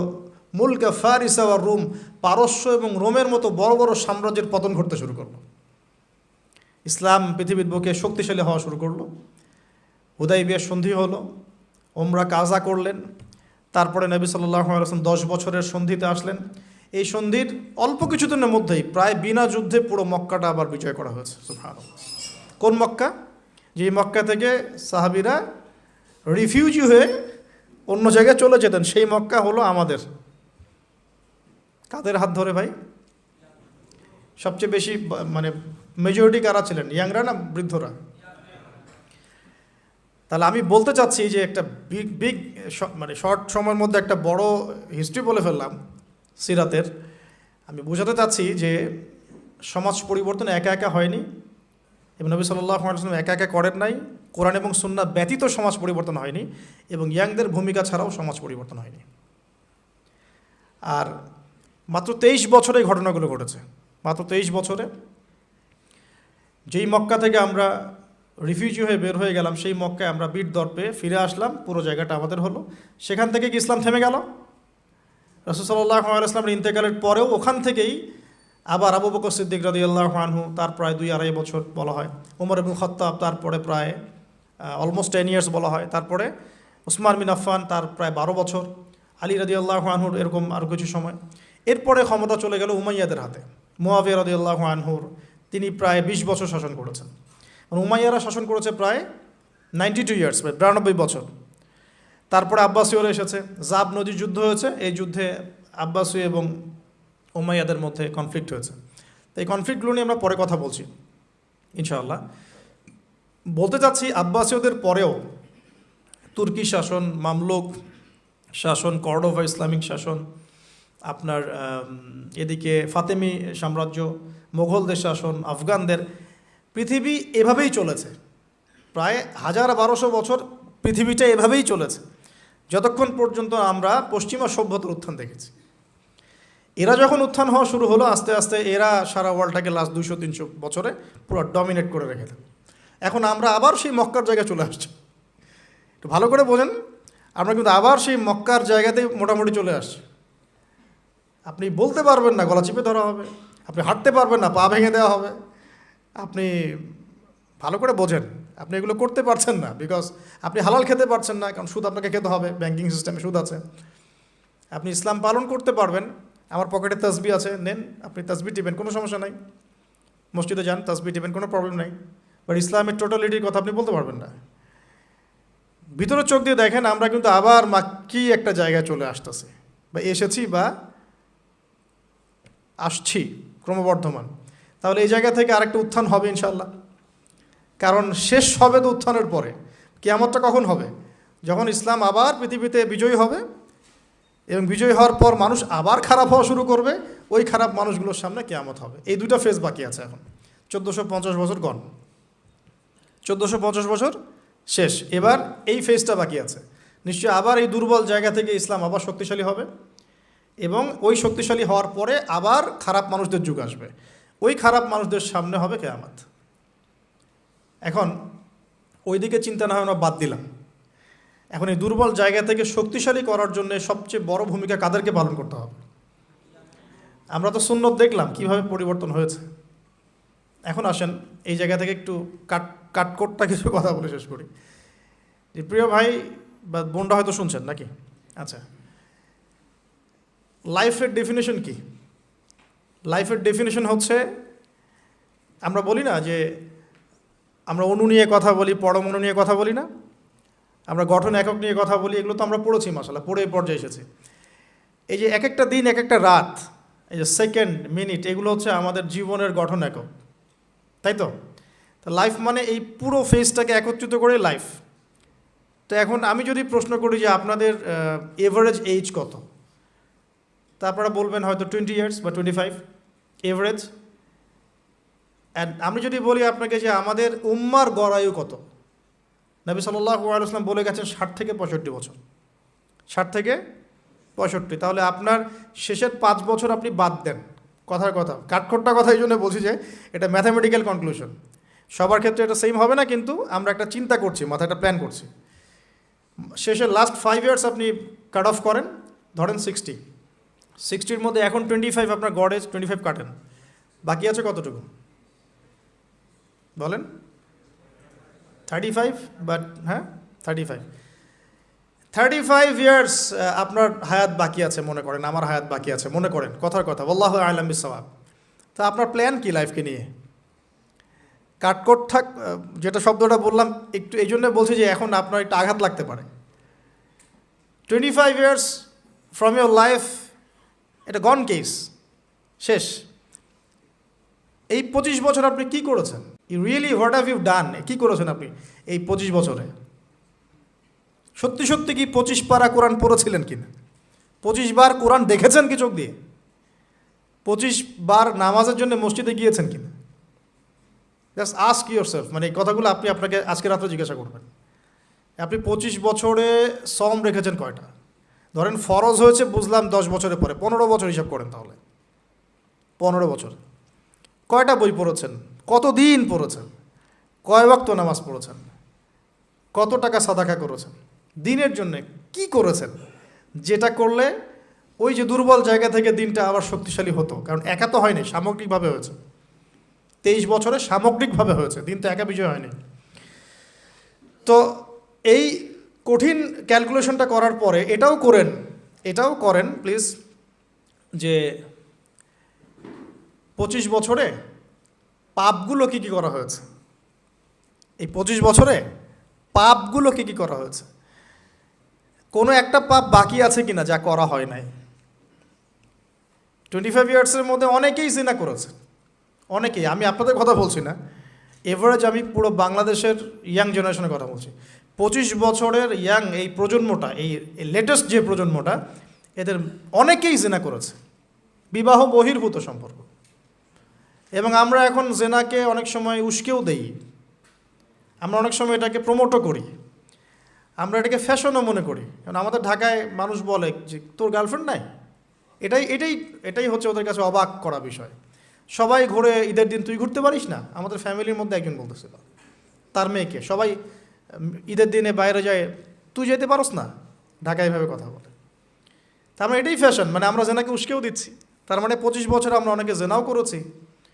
মাদকের সাথে সম্পৃক্ত কত পার্সেন্ট ইয়াং জেনারেশনে আমাদের দেশে? ক্যালকুলেট করেন, আপনি গুগল করেন, দেখেন কত পার্সেন্ট আমাদের দেশে মাদক সেবন করে। ইভেন এখন কিশোর গ্যাং বের হয়েছে, কিশোর গ্যাংয়ে অনেক যুবকরা যায়, অনেকে রাস্তাঘাটে মারামারি করে, অনেকে পলিটিক্যাল দলাদলির মধ্যেও আছেন অনেকেই, এবং এখানে ভাই ভাই রক্ত ঝরাই আমরা। উভয় মুসলিম, কিন্তু উভয় মুসলিম, জুমার দিন একসাথে নামাজ পড়ে। তাহলে এটা কোন দর্শন যেটা আমার ভাইকে শত্রু বানিয়ে দিল, আর পশ্চিমারা গাছের আড়ালে বসে বসে হাসছে? কারণ এই দর্শনগুলো তো ওরাই দিয়েছে। তো 25 বছরের পাপগুলো একটু ক্যালকুলেট করি। প্রিয় দিনী বোন, একটু হিসাব করবেন যে 25 বছর আপনি কতদিন পর্দা করেছেন, কত 25,000 মানুষ আপনার চেহারা দেখেছে কিনা, এই 25 বছরে কত হাজার মানুষ আপনার চেহারা দেখেছে। আর ছেলেরা আপনাকে দেখলে কখনো চেহারা সুরত দেখে না। বেগানা নারীর দিকে একটা ছেলে যখন তাকায় এবং সেক্সুয়াল ডিজায়ার নিয়ে তাকায়, তখন সে চোখ দিয়ে তাকে রেপ করে। ভেরি সরি টু সে যে আপনি প্রচুর চোখ দিয়ে রেপড হয়েছেন প্রিয় দিনী বোন। অনেকেই আপনাকে চোখ দিয়ে রেপ করেছে, আপনি বুঝতেই পারেন নাই। তো এই 25 ইয়ার্স আমরা অনেক কিছুই করেছি, অনেক কিছুই করি নাই। এখন একটু আজকে সাদা একটা কাগজ নিয়ে আমরা একটা হিসাব করব যে আমরা 25 বছরে কী কী করেছি, কী কী করি নাই, কী কী পাপ করেছি, কী কী করি নাই, কী কী পুণ্য করেছি, কী কী করি নাই। আমি আগে মনে করতাম যে একটা খালেস তওবা ইনশাআল্লাহ আল্লাহ পাক সব মাফ করে দিবেন। আসলে আল্লাহ পাক মাফ করেই দিবেন, কিন্তু ভিতর থেকে স্যাটিসফাই হতে পারবেন না আপনি। এখন যদি আপনি এখান থেকে আমার এই লেকচারটা শুনে আল্লাহর ওলি হয়ে যান এবং আপনি বড় মুহাদ্দিস, মুফতি, দিনের বড় দায়ী ইলাল্লাহ, বড় পলিটিশিয়ান, বড় ইঞ্জিনিয়ার, মানে যারা ওয়ার্ল্ডকে ইসলাম স্ট্যাবলিশমেন্টের দিকে নেতৃত্ব দিচ্ছেন, এমনও মানুষ যদি আপনি হয়ে যান, আপনি এই 25 বছরের ঋণটা শোধ করতে পারবেন না। এই 25 বছরের ঋণ আপনাকে প্রতিনিয়তই ভিতরে ধুকিয়ে মারবে আর কি, যেটা আমাদেরকেও মারে ভিতর থেকে। যে আমরা যদি আগে থেকে বিষয়গুলো বুঝতাম, যদি আরও আগে থেকে স্টাডি করতে পারতাম, আরও বেশি যদি আমি আলেম ওলামার সাথে মিশতে পারতাম, আরও যদি বেশি গভীরে যেতে পারতাম, তাহলে কতই না ভালো হতো। তো আমি আশা করি কথাগুলো আপনাদের কলিজায় পৌঁছাবে ইনশাআল্লাহ। এখন লাইফের এটা সবচেয়ে ভাইটাল পার্ট, এই সম্পর্কে আমি জাস্ট 2টা হাদিস বলে আস্তে আস্তে কনক্লুশনের দিকে যাচ্ছি।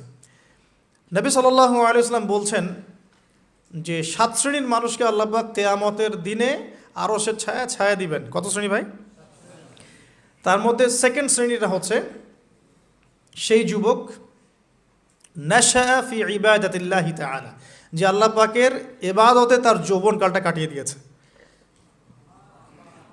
এখনও বাকি আছে আপনার সামনে। যৌবনকাল কতটুকু? হয়তো 15 to 40। তার মানে এখনও 40 বা 50 বছর পর্যন্ত আপনার যৌবন টিকে থাকবে ইনশাআল্লাহ, যদিও বা এই যুগে থাকে না আর কি। আমরা তো ফ্যান্টাসিতে ভুগি অনেক সময় 4টা বিয়ে। বাস্তবতা হচ্ছে এই যুগে একটাই ডিফিকাল্ট, একজনকে সন্তুষ্ট করে কি ডিফিকাল্ট। এখন সেই যুগ না তো, আমরা তো হর্স রাইড করি না, আমরা তো এক্সারসাইজ করি না, আমরা তো এখন অনেকে খেলিও না, আমরা ফাস্ট ফুড খাই, আমরা হাইজেনিক খাবার খাই না, আমরা আগেকার মানুষদের মতো অনেক কিছুই করি না। এনভায়রনমেন্ট নষ্ট হয়ে গেছে, পলিউশন আছে, সব মিলে এখন আমাদের যৌবন যে 50 বছর পর্যন্ত থাকবে এটা নিশ্চয়তা দেওয়া যাচ্ছে না যদি আমরা বেঁচেও থাকি। আর কত যুবক যুবতী ভাই বোন যে যৌবনকালেই চলে যায় তার তো ঠিক নাই। প্রিয় দিনী ভাইয়েরা, আমরা আলোচনা করছিলাম যৌবন সম্পর্কে। এই বিষয়ে আমি দুটো হাদিস বলার নিয়াত করেছিলাম। তো প্রথমটা শুনিয়েছি মোটামুটি, সেটা হলো নবী সাল্লাল্লাহু আলাইহি ওয়াসাল্লাম বলেছেন যে কিয়ামতের মাঠে আল্লাহ রাব্বুল আলামিন যে 7 শ্রেণীর মানুষকে তার আরশের ছায়ায় ছায়া দিবেন, তার মধ্যে তৃতীয় শ্রেণী হচ্ছে সেই যুবক যে তার যৌবনকালটাকে আল্লাহর পথে উৎসর্গ করেছে বা কাটিয়ে দিয়েছে। আরেকটা হাদিস যেটা বলতে চাচ্ছিলাম সেটা হলো কিয়ামতের মাঠে 5টা প্রশ্ন হবে, স্পেশাল 5টা প্রশ্ন, যে 5টা প্রশ্নের উত্তর না দেয়া পর্যন্ত কাউকে ছাড়া হবে না। তার মধ্যে প্রথম প্রশ্নটাই হচ্ছে তোমার জীবন কোন কাজে কাটিয়েছো, এবং দ্বিতীয় প্রশ্ন হচ্ছে তোমার যৌবন কোন কাজে কাটিয়েছো। সো আমি বলছিলাম আপনাদেরকে যে যৌবন কালটাকে যদি আমরা আল্লাহর পথে কাটাতে পারি, ইনশাআল্লাহ তাআলা আমাদের এই যে উদ্দেশ্যটা যে নিজেরা দিন পালন করব, নিজের পরিবারের মধ্যে প্রতিষ্ঠা করব, আমাদের সমাজে দিন ইসলামের দাওয়াতি কাজ করব, যেখানেই থাকি সৎ থাকব, একদিন ইনশাআল্লাহ দিন আবার বিজয়ী হবে, এই যে স্বপ্নগুলো, এগুলো বাস্তবায়িত হবে ইনশাআল্লাহ তখনই যখন আমরা নিজেরা পরিবর্তিত হয়ে সমাজের জন্য ভালো কিছু বয়ে নিয়ে আসবো ইনশাআল্লাহ। তো আমি জাস্ট কয়েকটা পয়েন্ট আপনাদের সাথে একটু শেয়ার করে শেষ করে দিব যে এখন থেকে কিভাবে আপনারা বা আমরা আমাদের যৌবনটাকে আল্লাহর পথে কাটাতে পারি। প্রথম যে পয়েন্টটা আমি লিখে নিয়ে এসেছি সেটা হলো, আমি একটু বলেওছিলাম যে আমাদের নিজস্ব খসড়া একটা আমলনামা তৈরি করতে হবে আর কি। আজকে আমরা সেটা করতে পারি বাসায় গিয়ে, যে আমরা যদি আমাদের গড় আয়ু হয় 60 বছর, তাহলে আমরা এখন কতটুকু সময় পেতে পারি, আর এই সময়টুকুর মধ্যে আমাদের টার্গেট কি, আমরা আসলে কি চাচ্ছি, কি অ্যাচিভ করতে চাই, যা চলে গেছে এই সময়টুকুর মধ্যে আমরা কিভাবে আল্লাহর রহমত পাবো, ক্ষমা পাবো কিভাবে। যা চলে গেছে এর মধ্যে অনেক নামাজ কাজা থাকতে পারে, রোজা কাজা থাকতে পারে। অনেক সময় এমন হতে পারে যে আমরা অন্যের হকও নষ্ট করেছি। প্রথম যে কাজটা করা উচিত সেটা হলো খালেস তওবা। 1 নাম্বার তাহলে আমরা বলতে পারি, যদি আমরা এখন সংকটগুলো চিহ্নিত করে সমাধানের পথে হাঁটতে চাই, তাহলে আমাদের যৌবনটা আল্লাহর পথে উৎসর্গ করা ছাড়া কোনো অপশন নাই। উৎসর্গ বলতে আমি বোঝাচ্ছি কাটিয়ে দেয়া, আল্লাহর ইবাদত করে কাটিয়ে দেওয়ার কোনো বিকল্প নাই। তার জন্য প্রথমত আমাদের নিজেদের জীবনের কৃতকর্মগুলোর হিসাব নিকাশ মেলাতে হবে, 1 নাম্বার। আর 2 নাম্বার হচ্ছে বিশুদ্ধ তওবা করে আল্লাহর পথে ফিরে আসতে হবে। বিশুদ্ধ তওবা কিভাবে করব এটা আমরা অনেকে বুঝি না। অনেকে মনে করি যে মুখ দিয়ে জাস্ট আস্তাগফিরুল্লাহ বললেই হয়তো তওবা হয়ে যায়। বিষয়টা এমন নয়। বিশুদ্ধ তওবা হচ্ছে আপনি আল্লাহর দিকে পরিপূর্ণ অভিমুখী হবেন, রুজু করবেন, এর নাম হলো বিশুদ্ধ তওবা। যে পাপগুলো করেছি এগুলোর জন্য ক্ষমা চাওয়া, এই পাপগুলো কোনোদিন করব না এরকম প্রত্যয় ব্যক্ত করা, আর যদি অন্যের সাথে সম্পৃক্ত কোনো হক থেকে থাকে সেটা ফেরত দেওয়া। তো আমরা আজকে গিয়ে সুন্দর করে ওযু করে 2 রাকাত নামাজ পড়তে পারি। 2 রাকাত নামাজ পড়ে আমরা আল্লাহকে বলতে পারি যে আস্তাগফিরুল্লাহাল্লাযী লা ইলাহা ইল্লা হুয়াল হাইয়ুল কাইয়্যুম ওয়া আতুবু ইলাইহি। আল্লাহ, আমি আমার জীবনের এই যে একটা বড় সময় তোমার থেকে দূরে ছিলাম, নামাজ কাজা হয়েছে, রোজা কাজা হয়ে গেছে, চোখের হেফাজত হয় নাই, জিনা হয়ে গেছে নাউযুবিল্লাহ, মাদকের সাথে সম্পৃক্ত ছিলাম নাউযুবিল্লাহ, আমরা মিউজিক্যাল ইনস্ট্রুমেন্ট প্লে করেছি, ইত্যাদি ইত্যাদি।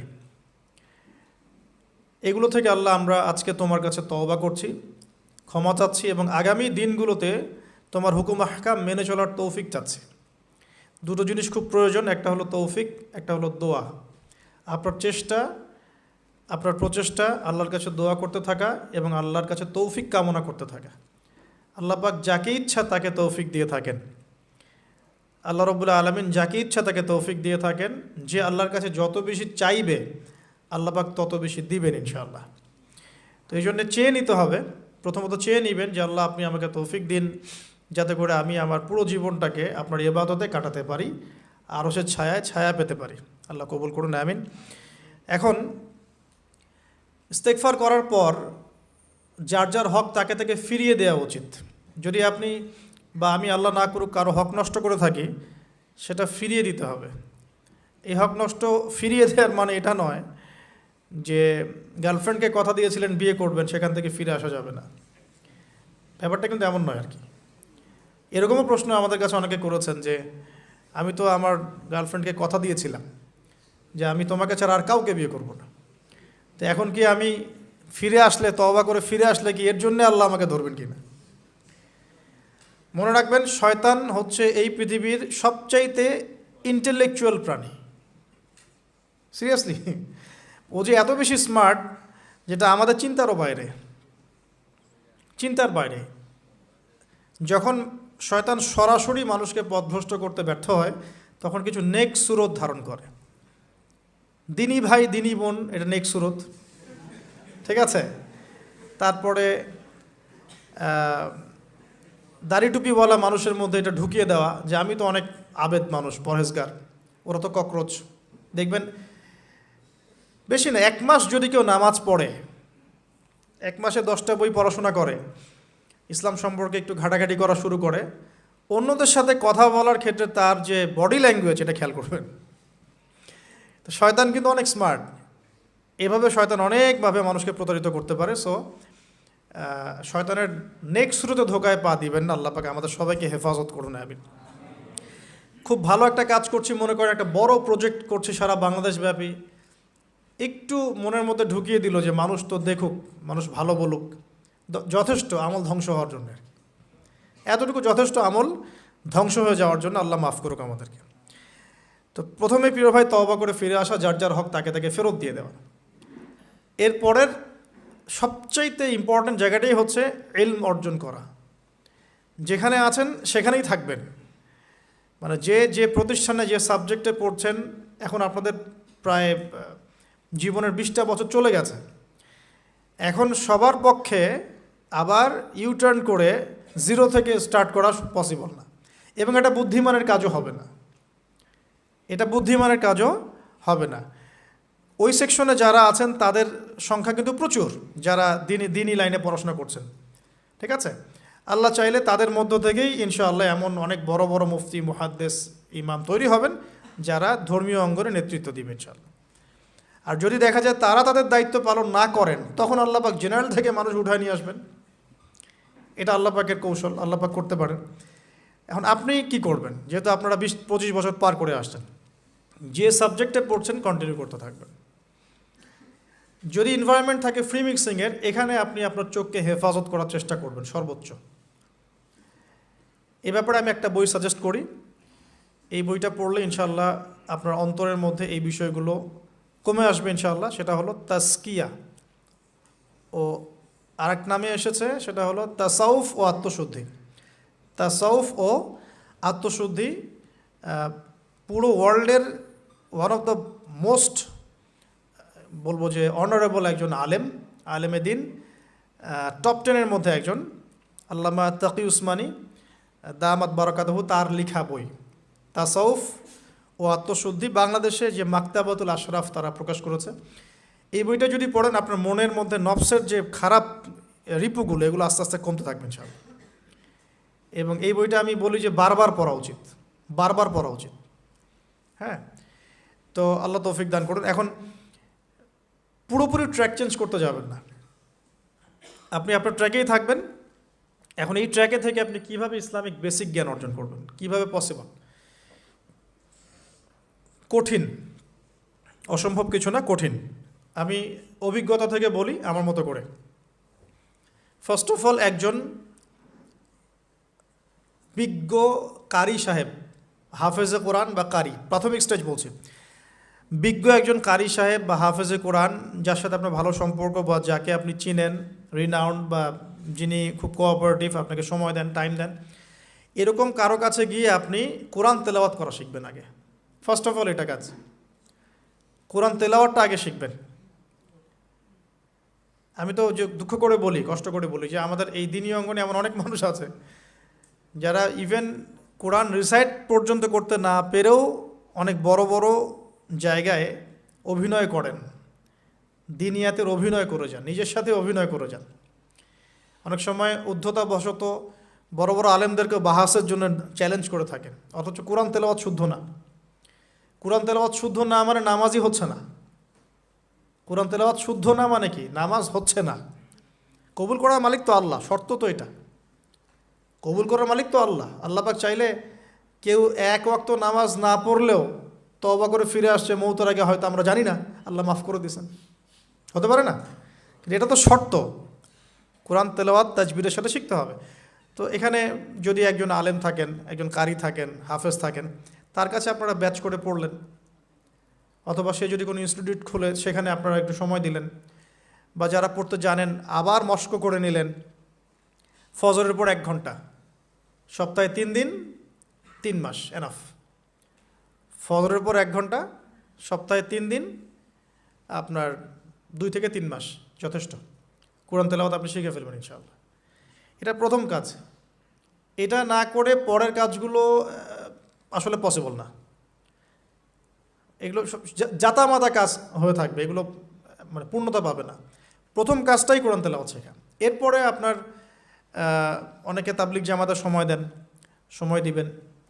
অনেকে দেখা যায় যে বাসায় দিনই বই পুস্তক পড়েন, এগুলো পড়বেন, ঠিক আছে। অনেকে হাদিসের বইয়ের যে অনুবাদগুলো হয়েছে এগুলো পড়বেন, সমস্যা নেই। কিন্তু কোরআন তেলাওয়াত অবশ্যই শিখবেন। তারপরে আপনি যদি এখান থেকে বের হওয়ার পরে বা রানিং অবস্থাতেও যদি সময় বের করতে পারেন, তাহলে মাদ্রাসা অঙ্গনের কোনো আলেমের সোহবতে গিয়ে আপনি অ্যারাবিক ল্যাঙ্গুয়েজ এবং অ্যারাবিক গ্রামার শিখবেন। ওটা আপনার শেখার লেসন 2, কোরআনের পর এটা শেখার লেসন 2। অ্যারাবিক ব্যাকরণ, অ্যারাবিক গ্রামার এবং অ্যারাবিক ল্যাঙ্গুয়েজ ছাড়া কোরআনের তাফসির, তর্জমা এগুলো বোঝা যায় না। যে যাই বলুক, এটাই ফুল স্টপ কথা। তাফসির আপনি তো বঙ্গানুবাদ দেখে অনেক কিছু বুঝতে পারেন ঠিকই। আল্লাহ পাক বলেছেন সুদ খেও না, জেনার ধার কাছে যেও না, এগুলো কমন মেসেজ, সেগুলো সবাই নিতে পারে। একজন অমুসলিম ভাইও ওইটা যদি বাংলা পড়তে পারে, সেও বুঝতে পারবে কি বলতে যাচ্ছেন আল্লাহ পাক। অ্যারাবিক ল্যাঙ্গুয়েজ, অ্যারাবিক গ্রামারের ভিতরে না ঢুকলে আপনি কোরআনের ভাষাটাকে ধরতে পারবেন না। আল্লাহ পাকের যে মানে ঐশী গ্রন্থের বালাগাত, এটা আপনি বুঝতে পারবেন না। তো এই জন্যে এটা তো সিম্পল এক্সাম্পল। আমরা যদি এখানকার ল্যাঙ্গুয়েজ কি বইগুলোর, ইংরেজি না বাংলা? ইংলিশ। মাশাআল্লাহ, ইংলিশ ল্যাঙ্গুয়েজ যদি না জানতাম, আমি কি এখানে পরীক্ষা অ্যাটেন্ড করতে পারতাম? আমি তো ওই টপিকটাই বুঝবো না, কোন টপিক আলোচনা হচ্ছে, স্যার কী পড়াচ্ছেন। আমার তো ইংরেজি গ্রামারের এবং ইংরেজি ল্যাঙ্গুয়েজটিক আমার কোনো দক্ষতা নাই। তাহলে আমি কীভাবে ওই চ্যাপ্টার 1, চ্যাপ্টার 2, চ্যাপ্টার 3, এই টপিক ওই টপিক কেমন করে বুঝতে পারি? সিমিলার এখানে কোরআনের ক্ষেত্রে যদি আপনি ল্যাঙ্গুয়েজগুলো না জানেন এবং গ্রামারটা না বোঝেন, তাহলে কোন সূরার ভিতরে কি গভীর মর্ম, এগুলো আপনি ধরতে পারবেন না। ভাষা একটা অর্থ বুঝতে পারবেন, ভাষা অর্থ পরীক্ষায় পাশ করাতে পারে, কিন্তু A+, গোল্ডেন A+ আনতে পারে না। তো আশা করি আপনি বুঝতে পারছেন যে আমি কী বলতে যাচ্ছি। তো এটার জন্যে এখন এক্সাম্পল বুঝে নেন। এই যে এখানে ইংরেজি ল্যাঙ্গুয়েজ পড়ছেন, ওই ল্যাঙ্গুয়েজের উপরে বেস করে আপনি বইগুলো শেষ করছেন, এটা কি ওস্তাদ ছাড়া করছেন না ওস্তাদ সহ করছেন? টিচার লাগে না? সেম জিনিস, কোরআনের ভাষা শিখতে হলেও, গ্রামার শিখতে হলেও এরকম কিছু ওলামায়ে কেরাম আপনাকে খুঁজে বের করতে হবে। এখন ওলামায়ে কেরামরা কিন্তু অনেক ব্যস্ত, অনেকের অনেক কাজ থাকে, অনেকের মাদ্রাসা থাকে, অনেকের দিদি খেদমত থাকে। এর মধ্যেও আল্লাহর কাছে দোয়া করতে থাকেন, ইনশাল্লাহ আপনাকে আপনার ওস্তাদ আল্লাহ পাঠিয়ে দিবেন ইনশাল্লাহ। আল্লাহ পাক কাউকে ওস্তাদ ছাড়া রাখবেন না। তো ওস্তাদের কাছে আপনার বিহেভিয়ার কেমন হবে, এখন আপনি টিচারের সাথে যেমন বিহেভিয়ার রাখেন সেরকম। তিনি সবক দিবেন, আপনি সেটা বাসায় কভার করবেন, নতুন পড়া নেবেন, আবার পড়া দিবেন। এইভাবে আস্তে আস্তে 4-5টা ক্লাসিক্যাল অ্যারাবিক গ্রামারের বই যদি কভার করতে পারেন, ইনশাআল্লাহ আপনি কোরআনের এই যে আলহামদুলিল্লাহি রাব্বিল আলামিন পড়ছেন, অর্থটা নিজেই বুঝতে পারবেন। হ্যাঁ, যালিকাল কিতাব লা রাইবা ফিহি হুদাল লিল মুত্তাকিন পড়ছেন, আপনি নিজেই বুঝতে পারবেন যে আল্লাহ পাক কী বলছেন আমাকে। তো এই যোগ্যতাটা অর্জন না করলে সত্যিকার অর্থে আমরা যে কোরআনিক সমাজ যেটা বলি আর কি বড় গলায়, এটা আসলে বাস্তবায়িত হবে না, তা আমার মত। আর এরপরে আপনি আরও উঁচু লেভেলে যদি পড়তে পারেন, যে পড়াশোনা শেষ, আপনার জব সেকশন নিশ্চিত, আপনার সময় আছে মাশাআল্লাহ, এখন এই সময়ের মধ্যে আপনি চাইলে হাদিসের যে কিতাবগুলো, হাদিসের বেসিক কিতাবগুলো মোতালা করতে পারেন, যে কাজটা আমি এখন করছি আর কি। হাদিসের বেসিক কিতাবগুলো আপনি মোতালা করতে পারেন। এটার জন্য অ্যারাবিক এবারত পড়ার যোগ্যতা অর্জন করতে হবে। এটা কি জিনিস? এটা হচ্ছে জবর জের পেশ ছাড়া আরবি পড়ার যোগ্যতা। এখন যে কোরআন তেলাওয়াতটা আপনি শিখবেন সেটা হচ্ছে জবরজেদ পেশ দেয়া কোরআন আপনি পড়বেন, তাই না? কিন্তু হাদিসের যে বইগুলো আছে এই বইগুলোর মধ্যে কিন্তু কোনো জবরজেদ পেশ দেয়া থাকে না। মৌলিক কিতাবের কথা বলছি আর কি, মৌলিক যে বইগুলো। অনেকে মনে করেন অনুবাদ করা বইগুলোই মনে হয় মূল বই। এগুলো হচ্ছে ওই বইগুলোর অনুবাদ, আংশিক অনুবাদ, পুরোপুরি অনুবাদ নয়। মূল বইগুলো পড়তে হলে এবারত পড়ার যোগ্যতা অর্জন করতে হবে। এটা level 3, Arabic grammar, Arabic language শেখার পর এই লেভেলে মানুষ যায়। তাহলে একটু ধাপগুলো চিন্তা করতে থাকেন, কোন ধাপে গিয়ে কোন বইগুলো পড়তে হয়। আর অনেক সময় আমরা কি উদ্ধত আচরণটাই না করি হুজুরদের সাথে, আলেমদের সাথে, স্কলারদের সাথে। বিকজ আমাদের সামনে একটা চমৎকার প্ল্যাটফর্ম আছে ফেসবুক, তাই না? এখানে তো মানে রাত দিন, দিন আর রাত একে, রাতকে দিন বানানো যায়, দিনকে রাত বানানো যায়। হ্যাঁ, এখানে ওই যে আলোর প্রতিসরণের মতো হয় আর কি, সাইজ এতটুকু, বিম্ব হবে এত। তো আল্লাহ মাফ করুক আমাদেরকে। এখন হাদিসের মোতালা যদি করতে না পারেন, ওই পর্যায়ে যেতে না পারেন, তাহলে কি? তাহলে ওই হাদিসের মধ্যে যে কিতাবগুলো বাজারে অনুবাদ হয়েছে ওগুলো পড়তে হবে। যেমন অনুবাদ হয়েছে ফয়জুল কালাম। ফয়জুল কালাম একটা হাদিসের কিতাব, মাদ্রাসায় পড়ানো হয়। এর মধ্যে চমৎকার অনেকগুলো হাদিস আছে, প্রায় সম্ভবত 1000-এর বেশি হবে। এরপরে মোতালা করতে পারেন আপনি মিশকাতুল মাসাবিহ, এই বইটাও অনুবাদ হয়ে গেছে, এটাও ভালো কিতাব মাশাআল্লাহ। এরপরে আছে রিয়াদুস সালেহিন, এটাও একটা চমৎকার কিতাব। বুলুগুল মারাম মিন আদিল্লাতিল আহকাম, এটা একটা কিতাব আছে, এটাও মোতালা করতে পারেন হাদিসের। এরপরে আছে আপনার এখন যেটা বলছি, ইসলামিক ফাউন্ডেশন হয়েছে অনেক আগেই। এছাড়া বাংলা বাজার ঢাকায় যে ইসলামিক লাইব্রেরিগুলো, প্রকাশনা সংস্থাগুলো আছে, তারা মোটামুটি আবু দাউদ, তিরমিজি, নাসাই, ইবনে বাজা, কোনো প্রকাশনী বুখারী মুসলিমের কিছু ভার্সনও অনুবাদ করেছে। তবে এই উঁচু লেভেলের হাদিসের কিতাবগুলো শুরুতেই হাত দেওয়া যাবে না, এটা একটা মাথায় রাখবেন। শুরুতেই এই বড় বড় কিতাবগুলো হাত দেওয়া যাবে না। প্রথমে মানে আমরা তো আগে এসএসসি ইন্টার পাস করে এখানে আসছি না, নাকি আগে ডাইরেক্ট এখানে ভর্তি হয়েছে? একই বিষয়। ওরকম ফয়জুল কালামের মতো বইগুলো আগে পড়তো, ফয়জুল কালাম, আলফিয়াতুল হাদিস, রিয়াদুস সালেহিন, মিশকাত, এগুলো আগে পড়বেন। তারপরে গিয়ে যদি যোগ্যতা হয় ওই বইগুলো হাত দিবেন। তবে অনেক সময় দেখা যাবে একটা হাদিস বুঝতে পারছেন না, কোরআনের আয়াত বুঝতে পারছেন না, ওই অবস্থাতেই ওই হাদিস এবং ওই কোরআনের আয়াতকে রেখে দিবেন। এটাকে নিয়ে কোনো রকমের কনক্লুশনে চলে যাবেন না, আর ওইটাকে নিয়ে প্রচার করতে যাবেন না। বরং এগুলোকে একত্রিত করে সপ্তাহে একদিন আবার আলেমের কাছে চলে গেলেন, ওস্তাদ এগুলো বুঝি নাই, লাস্ট উইকে আমি এগুলো পড়েছি, এটা বুঝি নাই, তিনি বুঝিয়ে দিবেন ইনশাআল্লাহ। এগুলো পড়াশোনা। এর পাশাপাশি আমি বলছি বিষয়ভিত্তিক ইতিহাসের বই চলে আসছে, ইসলামের ইতিহাসের বই চলে আসছে। তারপরে সিরাতের অনেক বই বাজারে চলে আসছে, প্রায় 40-45টা বই পাওয়া যায় সিরাতের এখন বাংলাদেশে। তারপরে ফিকহের অনেক বই অনুবাদ হয়ে গেছে। এছাড়া আকিদার অনেক বই পাওয়া যায়। সবচেয়ে ভালো হয় যে আকিদা তাহাভিয়া বইটা পড়তে পারেন, এই বইটা পড়লে অনেক চমৎকার হবে। এর পাশাপাশি বরেণ্য ওলামায়ে কেরামদের বই পড়বেন। মানে বরেণ্য ওলামায়ে কেরাম কারা? যারা পুরো ইসলামিক বিশ্বে স্বীকৃত, যারা কোনো সাম্প্রদায়িকতা বিলং করেন না, যে আমি এই সম্প্রদায়ের মানুষ, আমি ওই সম্প্রদায়কে মুসলিম মনে করি না, এরকম না। যারা বরেণ্য, রিনাউন্ড ওলামায়ে কেরাম সারা ওয়ার্ল্ডে। এই যে বললাম আল্লামা তাকি উসমানী হাফিজাহুল্লাহ, একজন বরেণ্য আলেম, তার যে কোনো কিতাব চোখ বন্ধ করে পড়তে পারেন, কোনো সমস্যা নেই। বাংলাদেশে আব্দুল মালেক সাহেব হাফিজাহুল্লাহ, মার্কাজুদ দাওয়ার পরিচালক, একজন বরেণ্য আলেম। আশরাফ আলী থানভী রহিমউল্লাহ একজন বরেণ্য আলেম। হানাফি কওমের ফিকহে এরকম অনেক বরেণ্য ওলামায়ে কেরাম আছেন। তারপরে আরবের মধ্যে এমন অনেক বরেণ্য আলেম আছেন, শাইখ উসাইমিন, শাইখ বিন বাজ, সালেহ আল ফাউজান, এরকম অনেক বড় বড় আলেম আছেন যারা রিনাউন্ড ওলামায়ে কেরাম। তাদের কিতাবগুলো আপনি পড়তে পারেন, কিন্তু যাদের মানে লিখা এবং গবেষণাগুলো ছাত্র পর্যায়ের, এগুলোকে আপনি প্রামাণ্য বই বানাবেন না। তো প্রামাণ্য বই পড়বেন আর আলেমের সাথে সম্পর্ক রাখবেন। দুটো যখন একসাথে থাকবে তখন আপনি কিছু আটকে গেলেও তার সাথে পরামর্শ করে একটা কনক্লুশন খুঁজে পাবেন। এগুলো জাস্ট বই সংক্রান্ত কথা বললাম। এখন এগুলো হচ্ছে সবচেয়ে বড় বিষয়টা হচ্ছে, এগুলোর চাইতে বেশি বড় বিষয় হচ্ছে যে কোনো একজন, অন্তত পক্ষে একজন আপনি চাইলে 10 জনের সাথেও রাখতে পারেন, কিন্তু অন্তত পক্ষে একজন মুহাক্কিক আলিমের সাথে আপনি সম্পর্ক রাখবেন পরামর্শের জন্য।